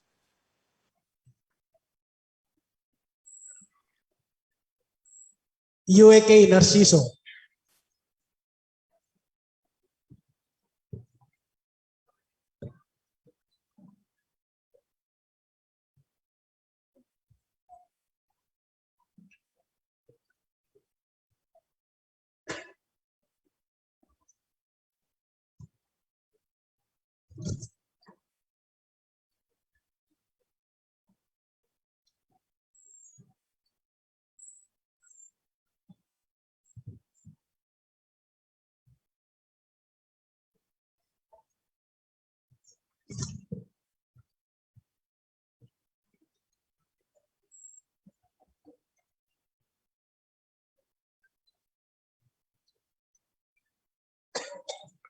Does the Secretary General have now the results of the nominal voting?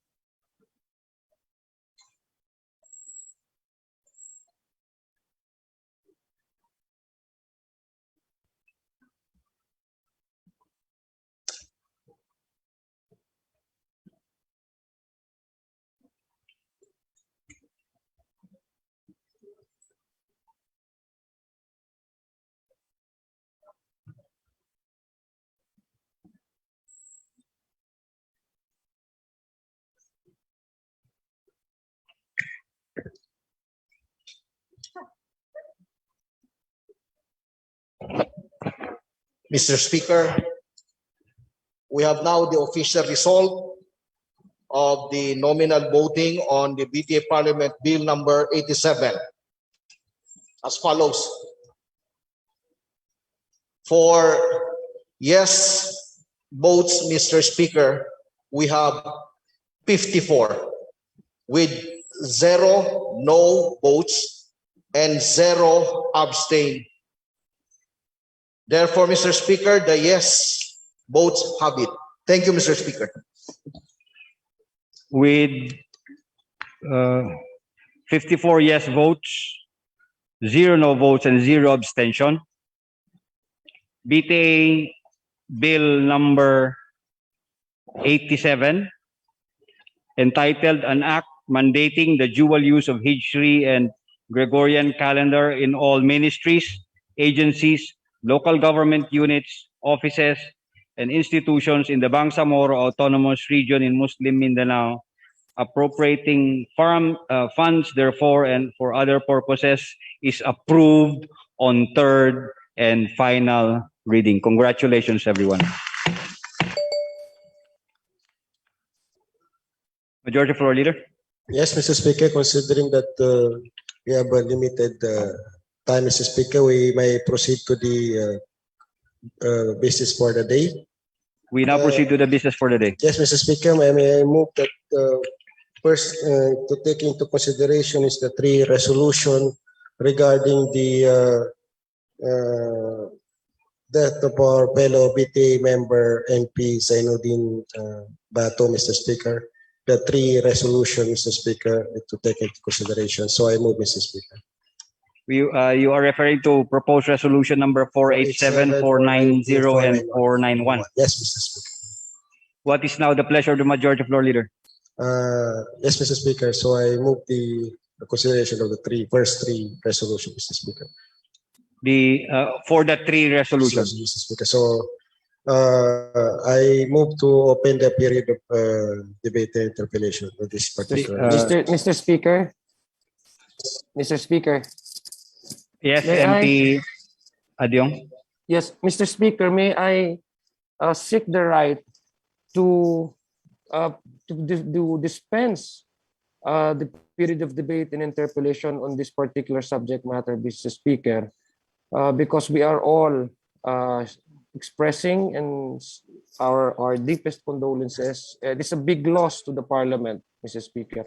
So may we directly adopt, Mr. Speaker, this resolution, and of course, with respect to those who would wish to personally put on record their sympathies and their message to the bereaved family, may I, Mr. Speaker, seek the privilege of moving to dispense the period of debate and interpellation, and immediately proceed with the adoption of these 3 resolutions. Is that a motion? Yes, Mr. Speaker, I'm putting that in Before I act on the motion, let me hear first. It has been seconded. Yeah. Before I rule, I like to hear first from the lady from Maguindanao and MP Jamel Makaray. Thank you very much, Mr. Speaker. Just a clarification, Mr. Speaker. If the motion of the good majority floor leader is for consolidation or consideration? Mr. Speaker, the calling of the numbers of the proposed resolutions, the 3 resolutions are put in the last part of the business, doon sa business of the day, kasi may nauna pang mga resolution. Yeah, so sa akin, ang proposal ko is mauna muna nating i-discuss Consideration. That was consideration a itong consideration. tatlong So we're not consolidating the three No, we are not I'm going consolidating. to that if I will move for the consolidating of these three resolutions, Mr. Speaker. Mr. Speaker, if I may, I propose that we will not consolidate, given that the three resolutions might have different contents, but we can pursue with the three resolutions. In fact, when we have a resolution with Father June Mercado, we have two resolutions, and there are two separate resolutions, and I think that there's no problem with it, even if we have a three resolutions. Yes, we understand Thank you. because we are all co-authors in the three resolutions. Yes, Mr. Speaker. So Yes, MP Macaraya, what's your pleasure? Yes, I join with the idea of MP Baintan because in the three resolutions, there is two subjects, the contributions of the late MP Batu and expression of sympathy. Thank you, Mr. Speaker. yes, May Mr. I now Speaker. rule on the Yes, motion? Mr. Speaker, I move to. You should withdraw first your motion. Yes, Mr. Speaker, I move for with the Omnibus motion, Mr. Speaker. to yes, approve the omnibus three motion for resolutions. I move for the omnibus motion for the immediate approval and adoption of these three proposed resolutions. What is is that an objection? Mr. Speaker, just to inquire from the or to clarify from the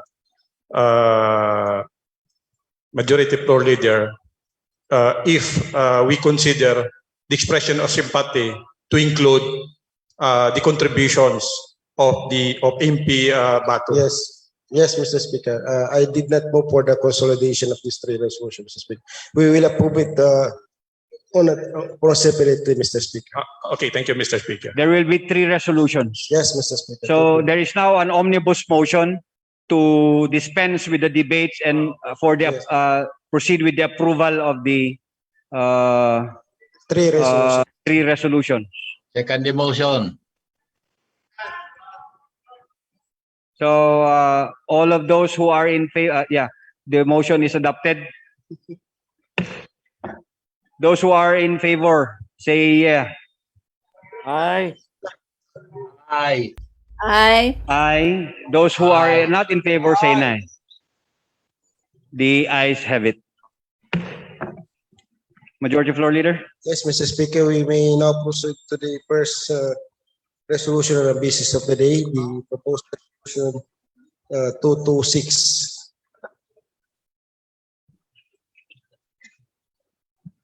I believe MP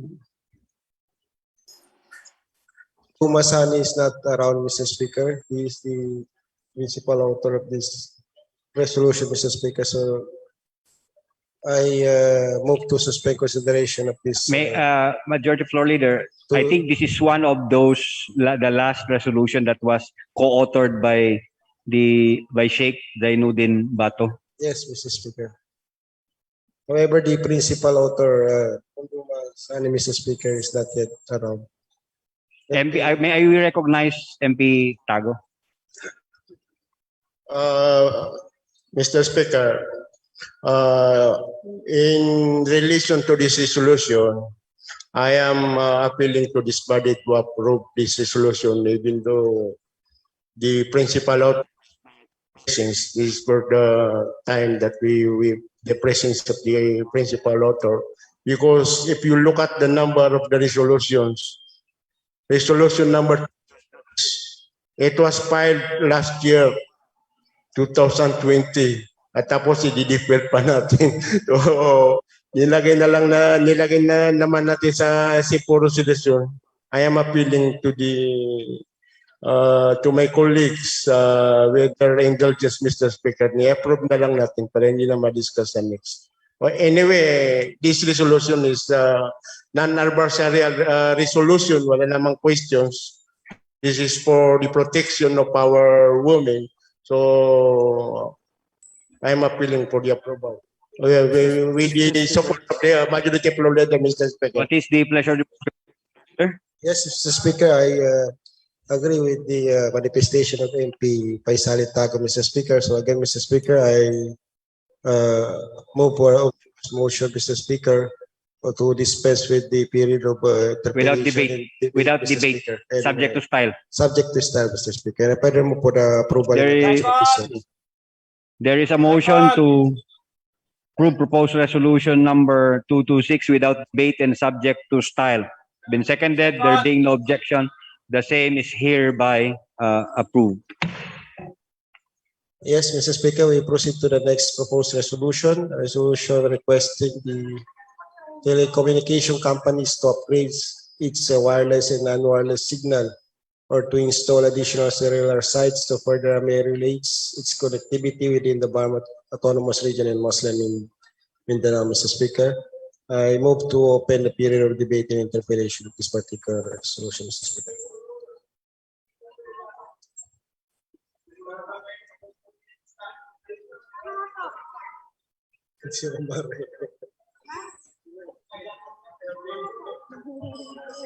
One of the authors, MP Romeo Sema, is still around. And MP Susana Nayatin. There's now a motion to open period of interpellation. It's been seconded. There being no objection, we proceed with the interpellation. I move to close the period of interpellation, Mr. Speaker. There is now a motion to I second close the the motion. period of interpellation. I close the motion. Us would like to ask question, and we're looking for the proponent. One of the proponent, MP Romeo Sema, is there.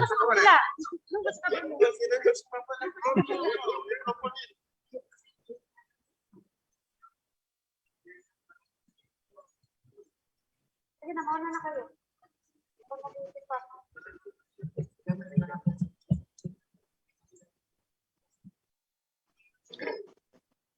We will give only 2 minutes per interpellator. BDI speaker muna. Mr. Speaker, may I be allowed? You may now proceed. Thank you very much. Assalamualaikum. To the proponent of this measure, although by my intention to be one of the co-author, kaya lang Mr. Speaker, meron lang akong clarification. Sinasabi nila na ang resolution requesting the telecommunication companies to upgrade its wireless and non-wireless signals or to install additional. Sa pagkakalam ba, Mr. Speaker, na bakit gustong i-upgrade yung connectivity ng wireless and non-wireless signals? No.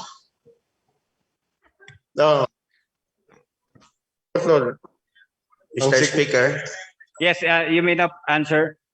Yes, Mr. Speaker. Actually, alam din nating lahat that the installations of other cellular sites is very important for our the daily activities, particularly in the private companies and the government as well. So at ito ay mahalaga din para sa ating for the promotions of our economy.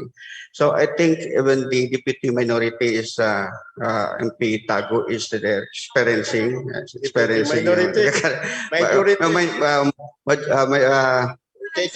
deputy majority MP Tago. So lahat tayo is na-experience at meron tayo malaking problema in terms of connectivity of our communication. Alam natin, Mr. Speaker, may problema yung interconnectivity ng communication.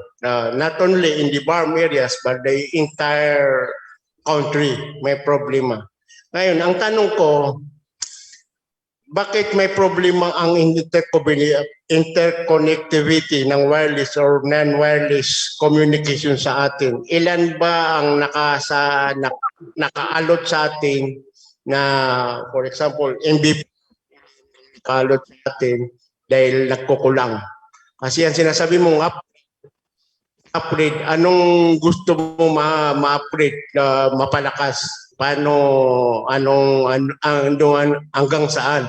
Hindi lang sasabihin natin na-upgrade kasi pag na-upgrade na naman natin, kasi ang pagkalam ko sa connectivity, Mr. Speaker, may quota yan eh. Kunwari yung ganito, 20, for example lang, 20 Mbps, it can accommodate 1,000 people. So hanggang isang quantity ma-upgrade yung system ng connectivity. Kasi nagre-request tayo ng upgrade natin particular kung anong hanggang saan i-upgrade natin, Mr. Speaker. Yes, Mr. Speaker. Actually, tama po yun, yung sabi ng ating kagalang-galang deputy majority or leader that merong that's number, ilang meters yung kaya, ilang numbers yung kaya. But dito sa propose ko natin for the additional server site is that's part of that, Mr. Speaker. Kung for example na power plants areas, so hindi na kaya, so kailangan to reach yung doon sa power plant areas. So hindi lang upgrade, Mr. Speaker. Installation of the cell sites in the areas, remote areas na hindi maka-access ng communication facilities. For example, kasi module ngayon yung pag-aaral, marami sa ating mga remote areas na hindi connected sa communication, hindi sila maka-participate sa klase dahil ngayon may mga sistemang schools ngayon. So hindi lang upgrading. Installation of the different sites in the different areas in the Bangsamoro Autonomous Region in Muslim Mindanao. So yun ang i-request natin. Pero ang worry ko lang, Speaker, magre-request tayo sa telecommunication companies, dapat specific. Pangalawa, matanong natin dito ang MOTC, Minister of Transportation and Communication. Kasi they are the proper body to represent the Bangsamoro Autonomous Government kasi nasa kanilang mandato yan. Nasa kanila yung communication mandate, yung sabi natin, yung mga dito. So, yun, Mr. Speaker. So, yun dapat maging specific yung resolution. Pangalawa, yung the Ministry of Transportation and Communication, ma-communicate natin. And I'm joining this resolution, pero dapat maging specific lang. Kasi parang ang tingin ko, generic upgrade lang, pero hindi natin sinabi kung hanggang saan i-upgrade. Mr. Speaker, actually, doon that in the titles to install additional cellular sites, to upgrade its wireless and non-wireless signals, or to install additional cellular sites po. So that's very specific po. Pero hindi or kasi is either way, an na lang ilagay. Hindi amendment stage an or to install o an or na lang. I subscribe with the suggestions of Deputy Minority. Deputy Majority. The gentleman from okay for specifying I'm the Deputy Minority. Although my age is still minor, but I'm not a Deputy Minority Floor Leader. Thank you very much. That's all, Mr. Speaker, because there are many speakers, Mr. Speaker. Thank you very much, and thank you very much to the sponsor. Thank you, Mr. Speaker. Thank you. Mr. Speaker. Yeah, may I recognize first MP Jess Burahan? Okay. That's MP Jess Burahan or MP Mangudadato? Yes, MP Majority Floor Mangudadato, Mr. Speaker. No, we will recognize first. I'm sorry, MP Mangudadato. We will recognize first MP Joloren, and then to be followed by you. Thank you, Mr. Speaker. Mr. Speaker, as I promised, I will not be raising question, but to lay premise for my amendment to the resolution. I would just like to put the predicate in this interpellation. The telecommunication agencies are under regulatory function of the Ministry of Transportation. Am I right? Yes, sir. That being the case, cannot our MOTC compel the private communication agencies? Because if I know, they are also paying fees for our for installing facilities in our region. Am I right? Yes. So having said that, with that quick answer, I would reserve my right to propose amendment to the resolution. Thank you, Mr. Speaker. MP Toy Mangudadato, you are now free to ask questions, followed by the lady from Maguindanao. Yes, thank you, Mr. Speaker. I was supposed to ask the similar question as what the good Deputy Minister mentioned a while ago. But to my mind, Mr. Speaker, since that there are to consider, particularly on installing additional cellular sites, kasi Mr. Speaker, that is a very broad issue, like in the case of island provinces, Mr. Speaker. I would like to know from the proponent of this measure, calling for the telecommunications to upgrade their services. Now, by installing a cellular site, ibig ho bang sabihin, Mr. Speaker, lalakas ang kanilang services doon po sa mga poor internet connection or network signal ng bawat areas? Kasi based on the experience, Mr. Speaker, may mga areas na napakalapit sa cell site and yet napakahina pa rin ang signal. So is it really necessary to call for them to install additional cell site? Hindi ho ba mamarapat na magtanong tayo sa kanila if they could give a dedicated broadband signal allocated into a specific areas na, like for example, Mr. Speaker, in the premise of the Bangsamoro Government Center, pwede ba tayo maghingi sa network na dedicated yung signal para lamang dito sa compound natin? Kasi may mga measures na ganun ginagawa ang mga networks, Mr. Speaker. Mr. Speaker, you may answer and now. I would MP Ali to answer the question to query of MP Toy Mangudadato. Maraming salamat po, Mr. Speaker and my fellow co-author of the resolution. Brother MP Toy Mangudadato mentioned about the island provinces. Totoo po yun, no? Yung tanong kanina, bago po ako, before I will comment on the question of Brother MP Toy Mangudadato, yung pangangailangan po ng upgrading ng communication natin, lalong-lalo na po sa island provinces. Gusto ko lang po, I just would like to emphasize, for example, there are islands in Tawi-Tawi na alam niyo po ba, ang signal kinukuha namin hindi na po signal dito sa Pilipinas, kundi sa Malaysia po. We cannot even communicate with our fellow Filipinos without using the signal of Malaysia. Ganun po ang laki ng problema. Kung may problema tayo sa ibang municipality, sa ibang probinsya, sa ibang regions, mas lalo po doon malapit sa amin. Ang ibig sabihin, mabuti pa po ang ibang country, kagaya ng Malaysia, ay nakakatulong po sa communication sa aming probinsya. So, what we are telling you, Mr. Speaker, is kailangan talaga may upgrade now.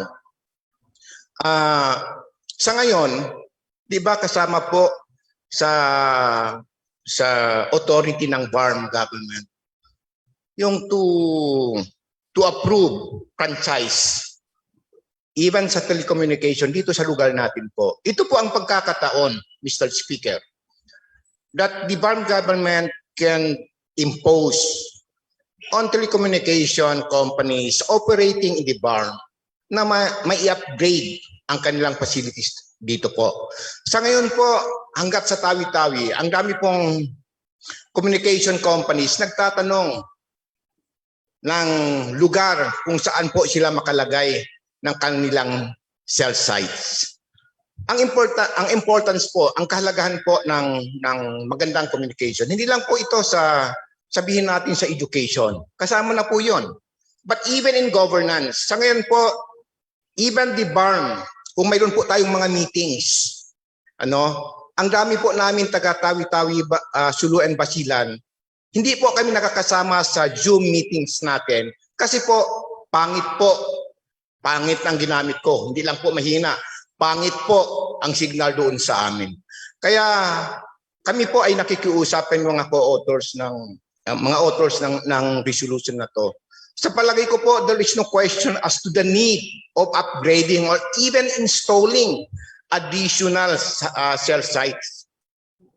Yan po, kailangan po talaga natin yan. So, kami po ay umaapila sa kasama natin dito sa Parliament na kung ito po ay just requesting, tama po yung question ni Brother MP, Deputy Speaker, Kuya MP Joe Lorena, na why can't we compel, for example, this Parliament can compel the Ministry of Transportation and Communication to do its part in talking to this company, to these telecommunication companies para may upgrade po.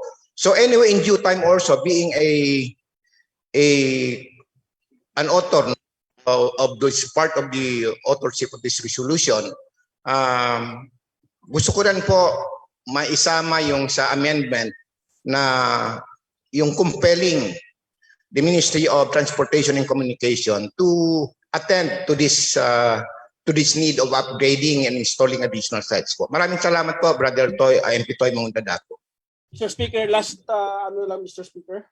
Yeah, follow up lang. Please go direct to the point. We are running out of time. Having said that there are areas in the islands of Tawi-Tawi using a network which is not part of the network that are being operated in the country or specifically in the Republic of the Philippines. Di ho ba nangangailangan ng masusig investigation on the part of the DOTC national, or let us say MOTC, in the level of the regional government, for them to explain bakit may mga areas sa island provinces, instead of using our local network, bakit doon pa sila kumukuha ng signal sa ibang country. Ang punto ko po dito, Mr. Speaker, this is not to contradict nor to antagonize the noble intention of this measure. Where in fact, Mr. Speaker, I am very much supportive to this measure.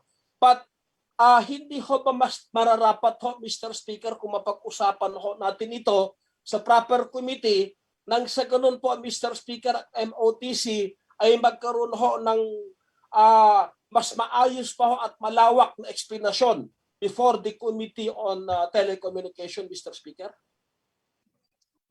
Thank you, Mr. Speaker, sa explanation po, the importance ng yung tanong ni Brother MP Toy Mangundadato. Alam niyo po, Brother MP Toy Mangundadato, malapit naman po ngayon ang budget hearing natin. Ito po ay isang bagay na pwede natin po ma-compel ang MOH to do this. Kasi po, kung magpapasa po sila ng budget sa atin, wala approval, then things which we feel will make better in the governance of the barn, then we can also demand from them. So ito po, isa po yan, although I'm not a member of the Committee on Transportation and Communication, pwede po natin ito, pwede natin po ito, Brother Impitoy, magiging demand natin sa MOTC natin para po mapaganda ang communication system dito po sa MOH. Yung tanong po, bakit po natin nagagamit ang signal ng ibang country?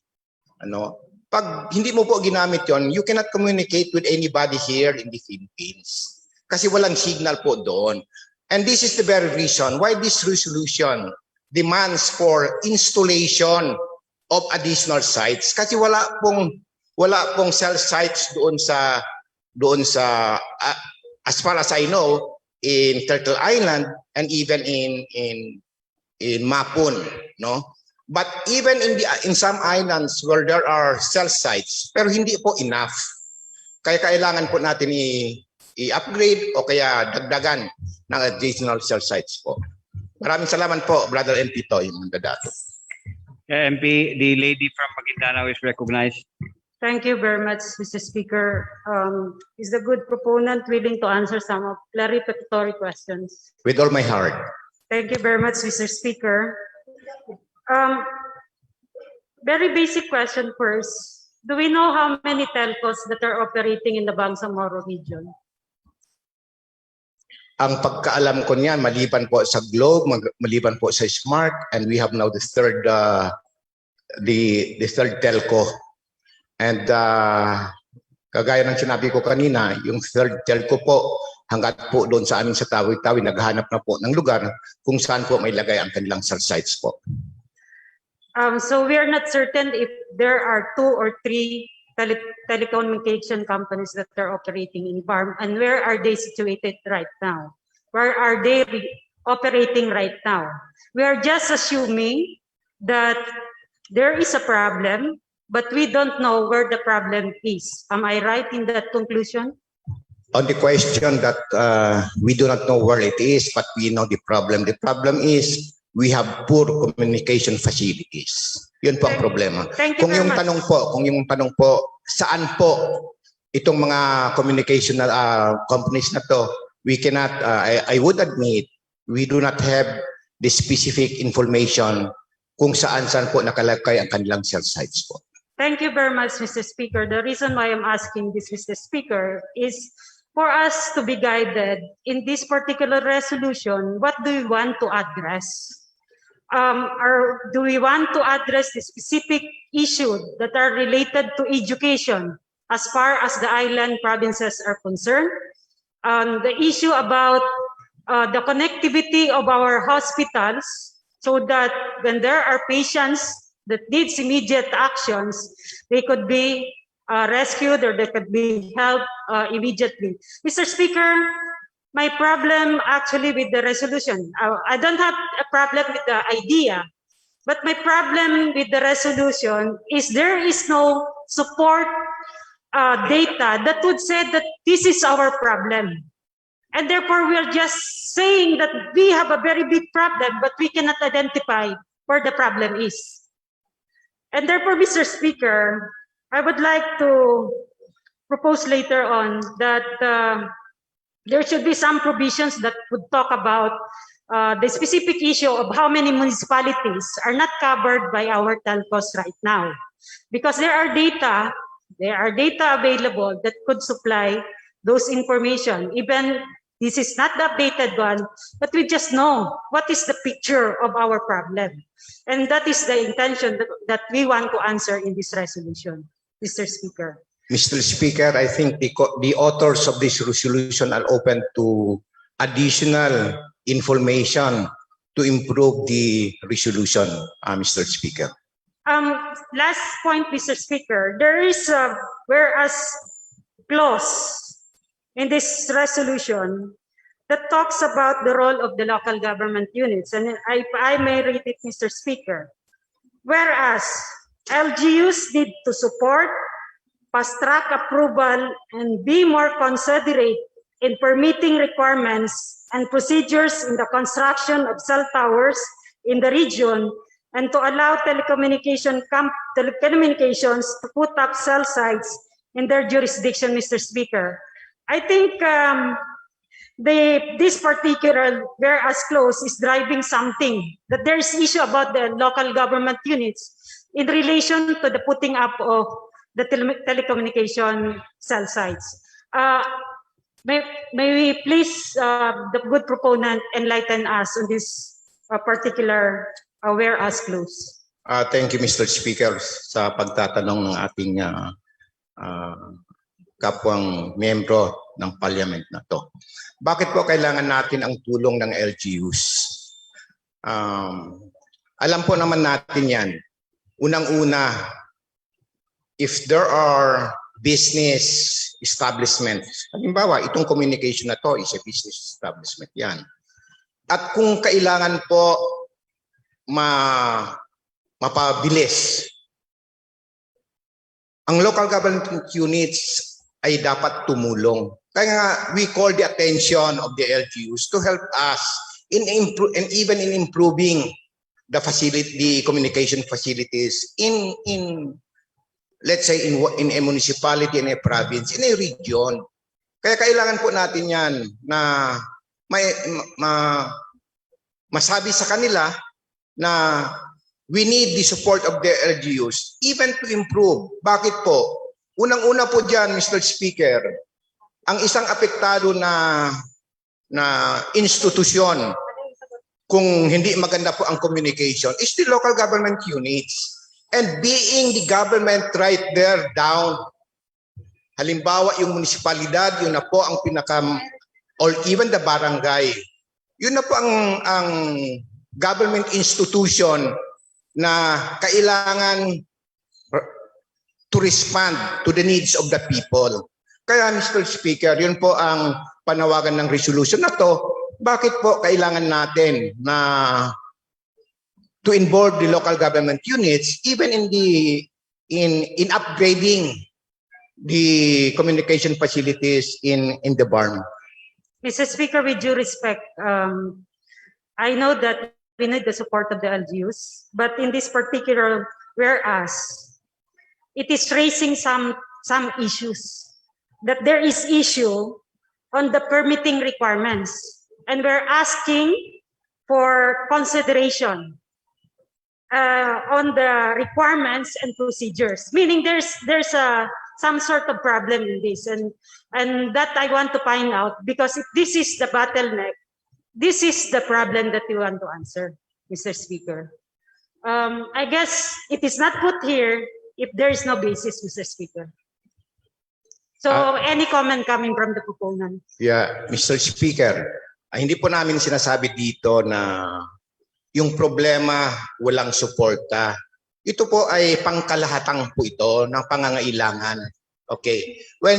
If the implication, if you are implying that there is such a problem, general po ang problema natin, sinasabi natin dito po, ang pangangailangan. So, kung sinasabi po, we are implying that may problema sa local government units sa pagkakaroon po ng permit. Halimbawa, sinasabi yung tungkol sa permit na yan. Then I think to address this, ay sinama na po namin yan dyan sa resolution.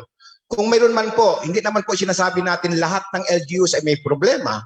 Kung may LGUs po na may problema, at least andyan po para may parating sa kanila po yung kailangan na may address ng LGUs tungkol sa upgrading ng communication facilities po. Maraming salamat po, Mr. Thank you, Mr. Speaker. I have some proposed amendments later. It can be dealt with in the period of we will be open. We will recognize MP Ali Sanki first.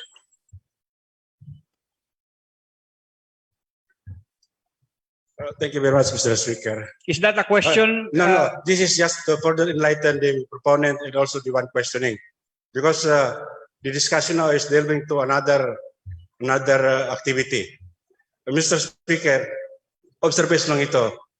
I noticed that the resolution is actually asking the concerned authority to improve their services. Now, I came over a document which shows why we have a very poor service ng communication.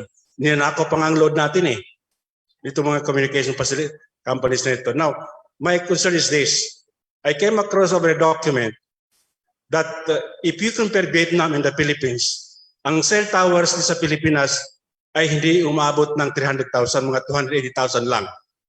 And yet you can just imagine Vietnam, which was devastated by war, they have more than 600,000 cell sites. They have better communication than the Philippines. So meaning, this resolution is to call the attention of the communication players na magnanakaw pa nga ng load natin. Now, ang mali pa dyan, itong cell site nila, ang radius niyan, it can service mga 40 kilometers. Kaya nga yun sa inyong area, coming from other countries pa nag-service ng cell site. 40 kilometers ang radius niyan na you can communicate outside. Dito sa atin, wala pang 10 kilometers ang cell site, putol na. I have experienced that in a mountain.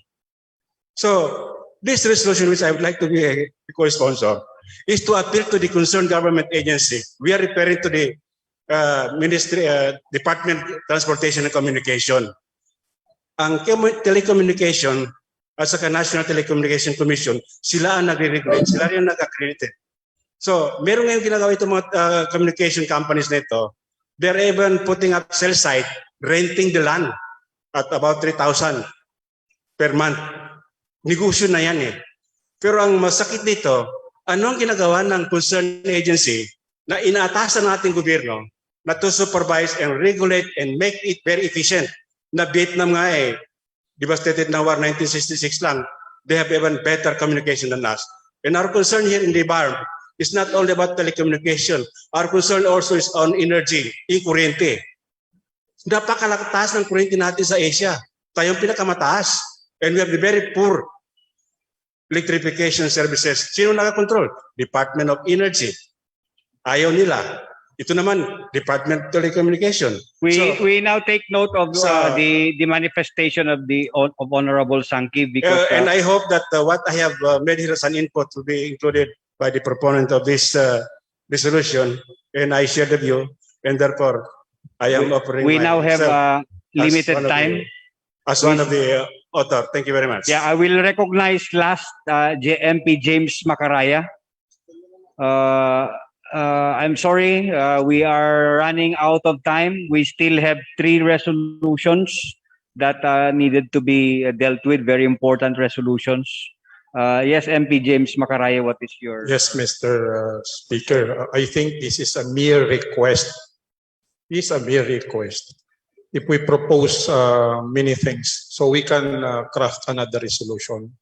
But I have concern on this proposed resolution requesting the telecommunication to install. Even we install more sites, the problem is the amount of data or the bandwidth or the Mbps. It cannot transmit the data. Still, the communication is faulty.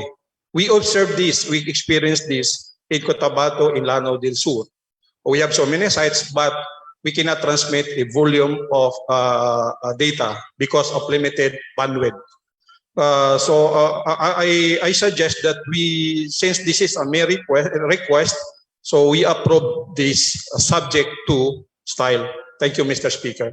Yes, Majority Floor Leader. First, respect my request, MP Musa.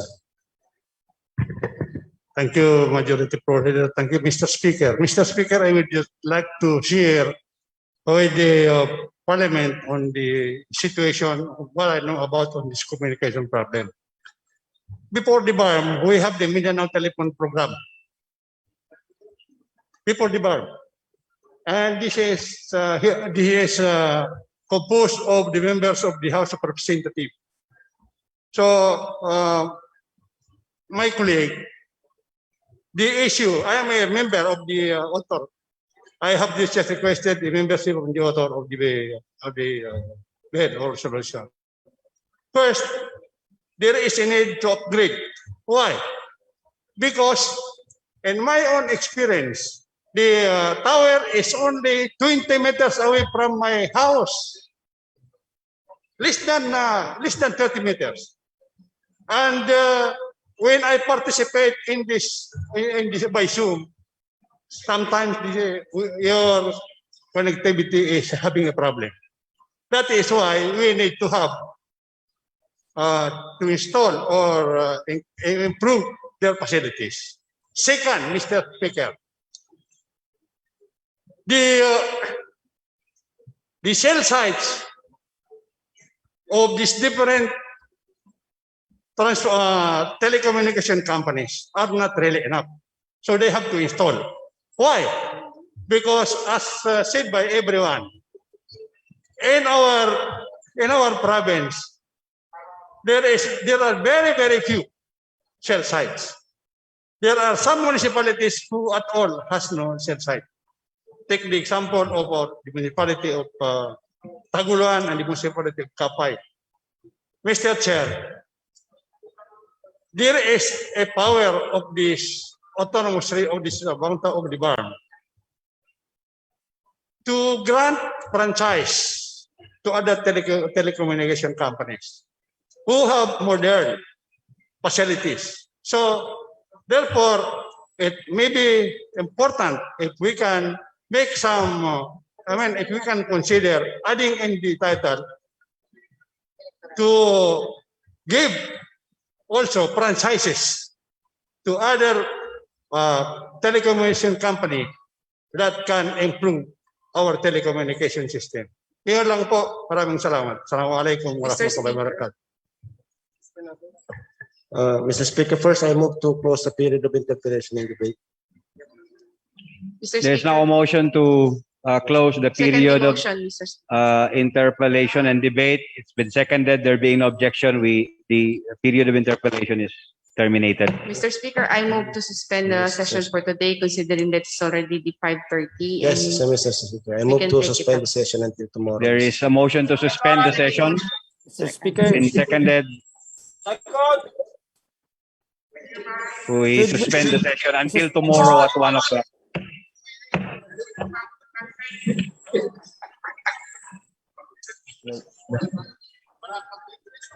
The first time.